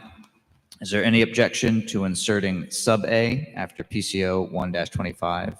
No objection. Seeing no objection, so ordered. All right, this is second passage. Public properties, what was the recommendation? Committee recommends favorable action, second passage. Councilman Ricks for action. Move favorable action. Second. Seconded by Councilman Lattiser. Any questions or comments? Seeing none, clerk will call the roll. Mr. Sinapi? Yes. Mr. DeLuise? Yes. Mr. Foley? Mr. Gephardt? Yes. Mr. Kirby? Yes. Mr. Lattiser? Yes. Mr. Muno? Yes. Mr. Napa? Yes. Mr. Ray? Yes. 9 yes, 7 passed. Next is PCO 2-25, an ordinance amending Appendix A zoning ordinance of the City of Warwick to expand a geographical area in which retail sales of marijuana and related products can occur. Thousand Lakes LLC, petitioner 319 Bald Hill Road, Assessors Plat 273, Lot 481. This would be second passage. Councilman Lattiser. Move favorable action on PCO 2-25. Second. Went to Councilman Lattiser. I should have went to Councilman Ricks, but thank you, Councilman Lattiser, for rolling with it. All right, motion made and seconded. Happy Any- to fill in where I need to, Mr. President. Any questions or comments from everyone?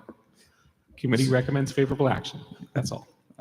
Thank you, Councilman Ricks. All right, clerk will call the roll. Mr. Sinapi? Yes. Mr. DeLuise? Yes. Mr. Foley? Yes. Mr. Gephardt? Yes. Mr. Kirby? Yes. Mr. Lattiser? Yes. Mr. Muno? Yes. Mr. Napa? Yes. Mr. Ray? Yes. Next is PCO 3-25, an ordinance amending the zoning ordinances of the City of Warwick, Sprague Covington LLC, applicant 112 Old Warwick Avenue, Assessors Plat 351, Lot 234. This would be second passage. Councilman Ricks. Committee recommends favorable action, second passage. For action, Councilman Ricks. I would defer to Councilman Lattiser. Councilman Move- Lattiser. Move favorable action on PCO 3-25. Second. Motion made and seconded. Any questions or comments? Seeing none, clerk will call the roll. Mr. Sinapi? Yes. Mr. DeLuise? Yes. Mr. Foley? Yes. Mr. Gephardt? Yes. Mr. Kirby? Yes. Mr. Lattiser? Yes. Mr. Muno? Yes. Mr. Napa? Yes. Mr. Ray? Yes. 9 yes. Next, we have PCR 25-25, a resolution requesting the Rhode Island General Assembly to amend chapters 50 and 53 of the local acts and resolves of 2022 regarding the issuance of indebtedness for 2 new high schools and school facilities to expand the permitted use of bond premium. This is held till March 24th, given no objections. So ordered. Now we have new business, PCO 4-25, an ordinance amending Section 2-13 of the Code of Ordinances to clarify the procedure for claims and appeals of determinations. This would be first passage. Ordinance. Committee recommends favorable action. For action, Councilman Napa. Motion to move favorable action. Second. Motion made and seconded. Any questions or comments? Mr. President, I'd just like to be added as a co-sponsor, please. Of course. Any other questions or comments? Seeing none, clerk will call the roll. Mr. Sinapi? Yes. Mr. DeLuise? Yes. Mr. Foley? Mr. Gephardt? Yes. Mr. Kirby? Yes. Mr. Lattiser? Yes. Mr. Muno? Yes. Mr. Napa? Yes. Mr. Ricks? Yes. Next is PCO 6-25, an ordinance to prohibit through trucking on Orchard Avenue. This is held till April 7th. Given no objections, so ordered.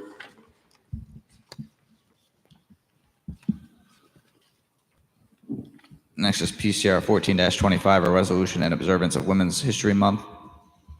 This is public properties, land use and community affairs. So Councilman Ricks. Committee recommends favorable action. For action, Councilman Ricks. Move favorable action. Second. Any questions or comments? Seeing none, clerk will call the roll. Mr. Sinapi? Yes. Mr. DeLuise? Yes. Mr. Foley? Yes. Mr. Gephardt? Yes. Mr. Kirby? Yes. Mr. Lattiser? Yes. Mr. Muno? Yes. Mr. Napa? Yes. Mr. Ricks? Yes. Next, we have PCR 22-25, a resolution authorizing a telecommunication tower lease at 150 Draper Avenue with Tower Co. 2013 LLC and Cellco Partnership DBA Verizon Wireless. This is public properties, land use, and community affairs. Councilman Ricks. Committee recommends favorable action. For action, Councilman Ricks. I'll defer to Councilman Lattiser. Move favorable action on PCR 22-25, please. Second. Motion made and seconded. Any questions or comments? Seeing none, clerk will call the roll. Mr. Sinapi? Yes. Mr. DeLuise? Yes. Mr. Foley? Mr. Gephardt? Yes. Mr. Kirby? Yeah. Mr. Lattiser? Yes. Mr. Muno? Yes. Mr. Napa? Yes. Mr. Ricks? Yes. Next, we have PCR 30-25, a resolution relative to amending the city council meeting calendar for 2025. This is intergovernmental. The committee recommended favorable action. For action, Councilman Gephardt. Move favorable action. Second. Second. Motion made and seconded. Any questions or comments? Seeing none, clerk will call the roll. Mr. Sinapi? Yes. Mr. DeLuise? Yes. Mr. Foley? Mr. Gephardt? Yes. Mr. Kirby? Yes. Mr. Lattiser? Yes. Mr. Muno? Yes. Mr. Napa? Yes. Mr. Ricks? Yes. Does anyone have anything for unanimous consent? All right. Is that a maybe face or not? All right. Seeing none, we'll move right to the docket session, assuming someone wants to motion us there. Anybody? You there?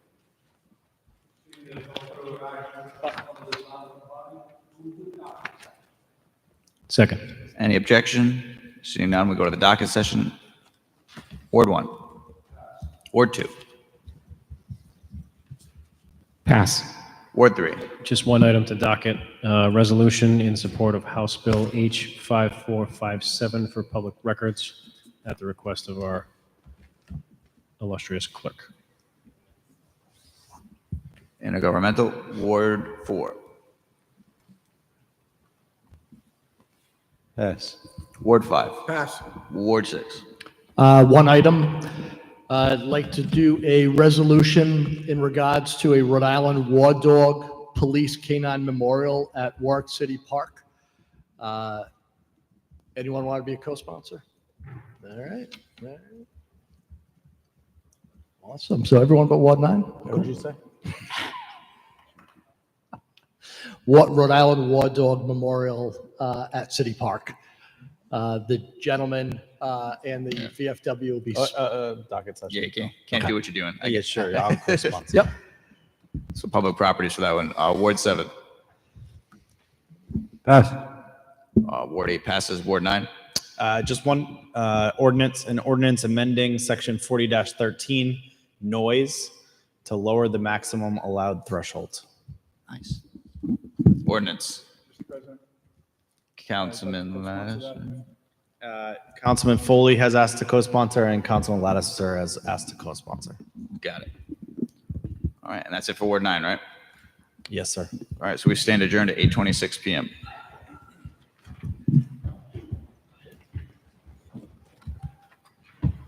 Did you say you wanted to go on that one? Sure.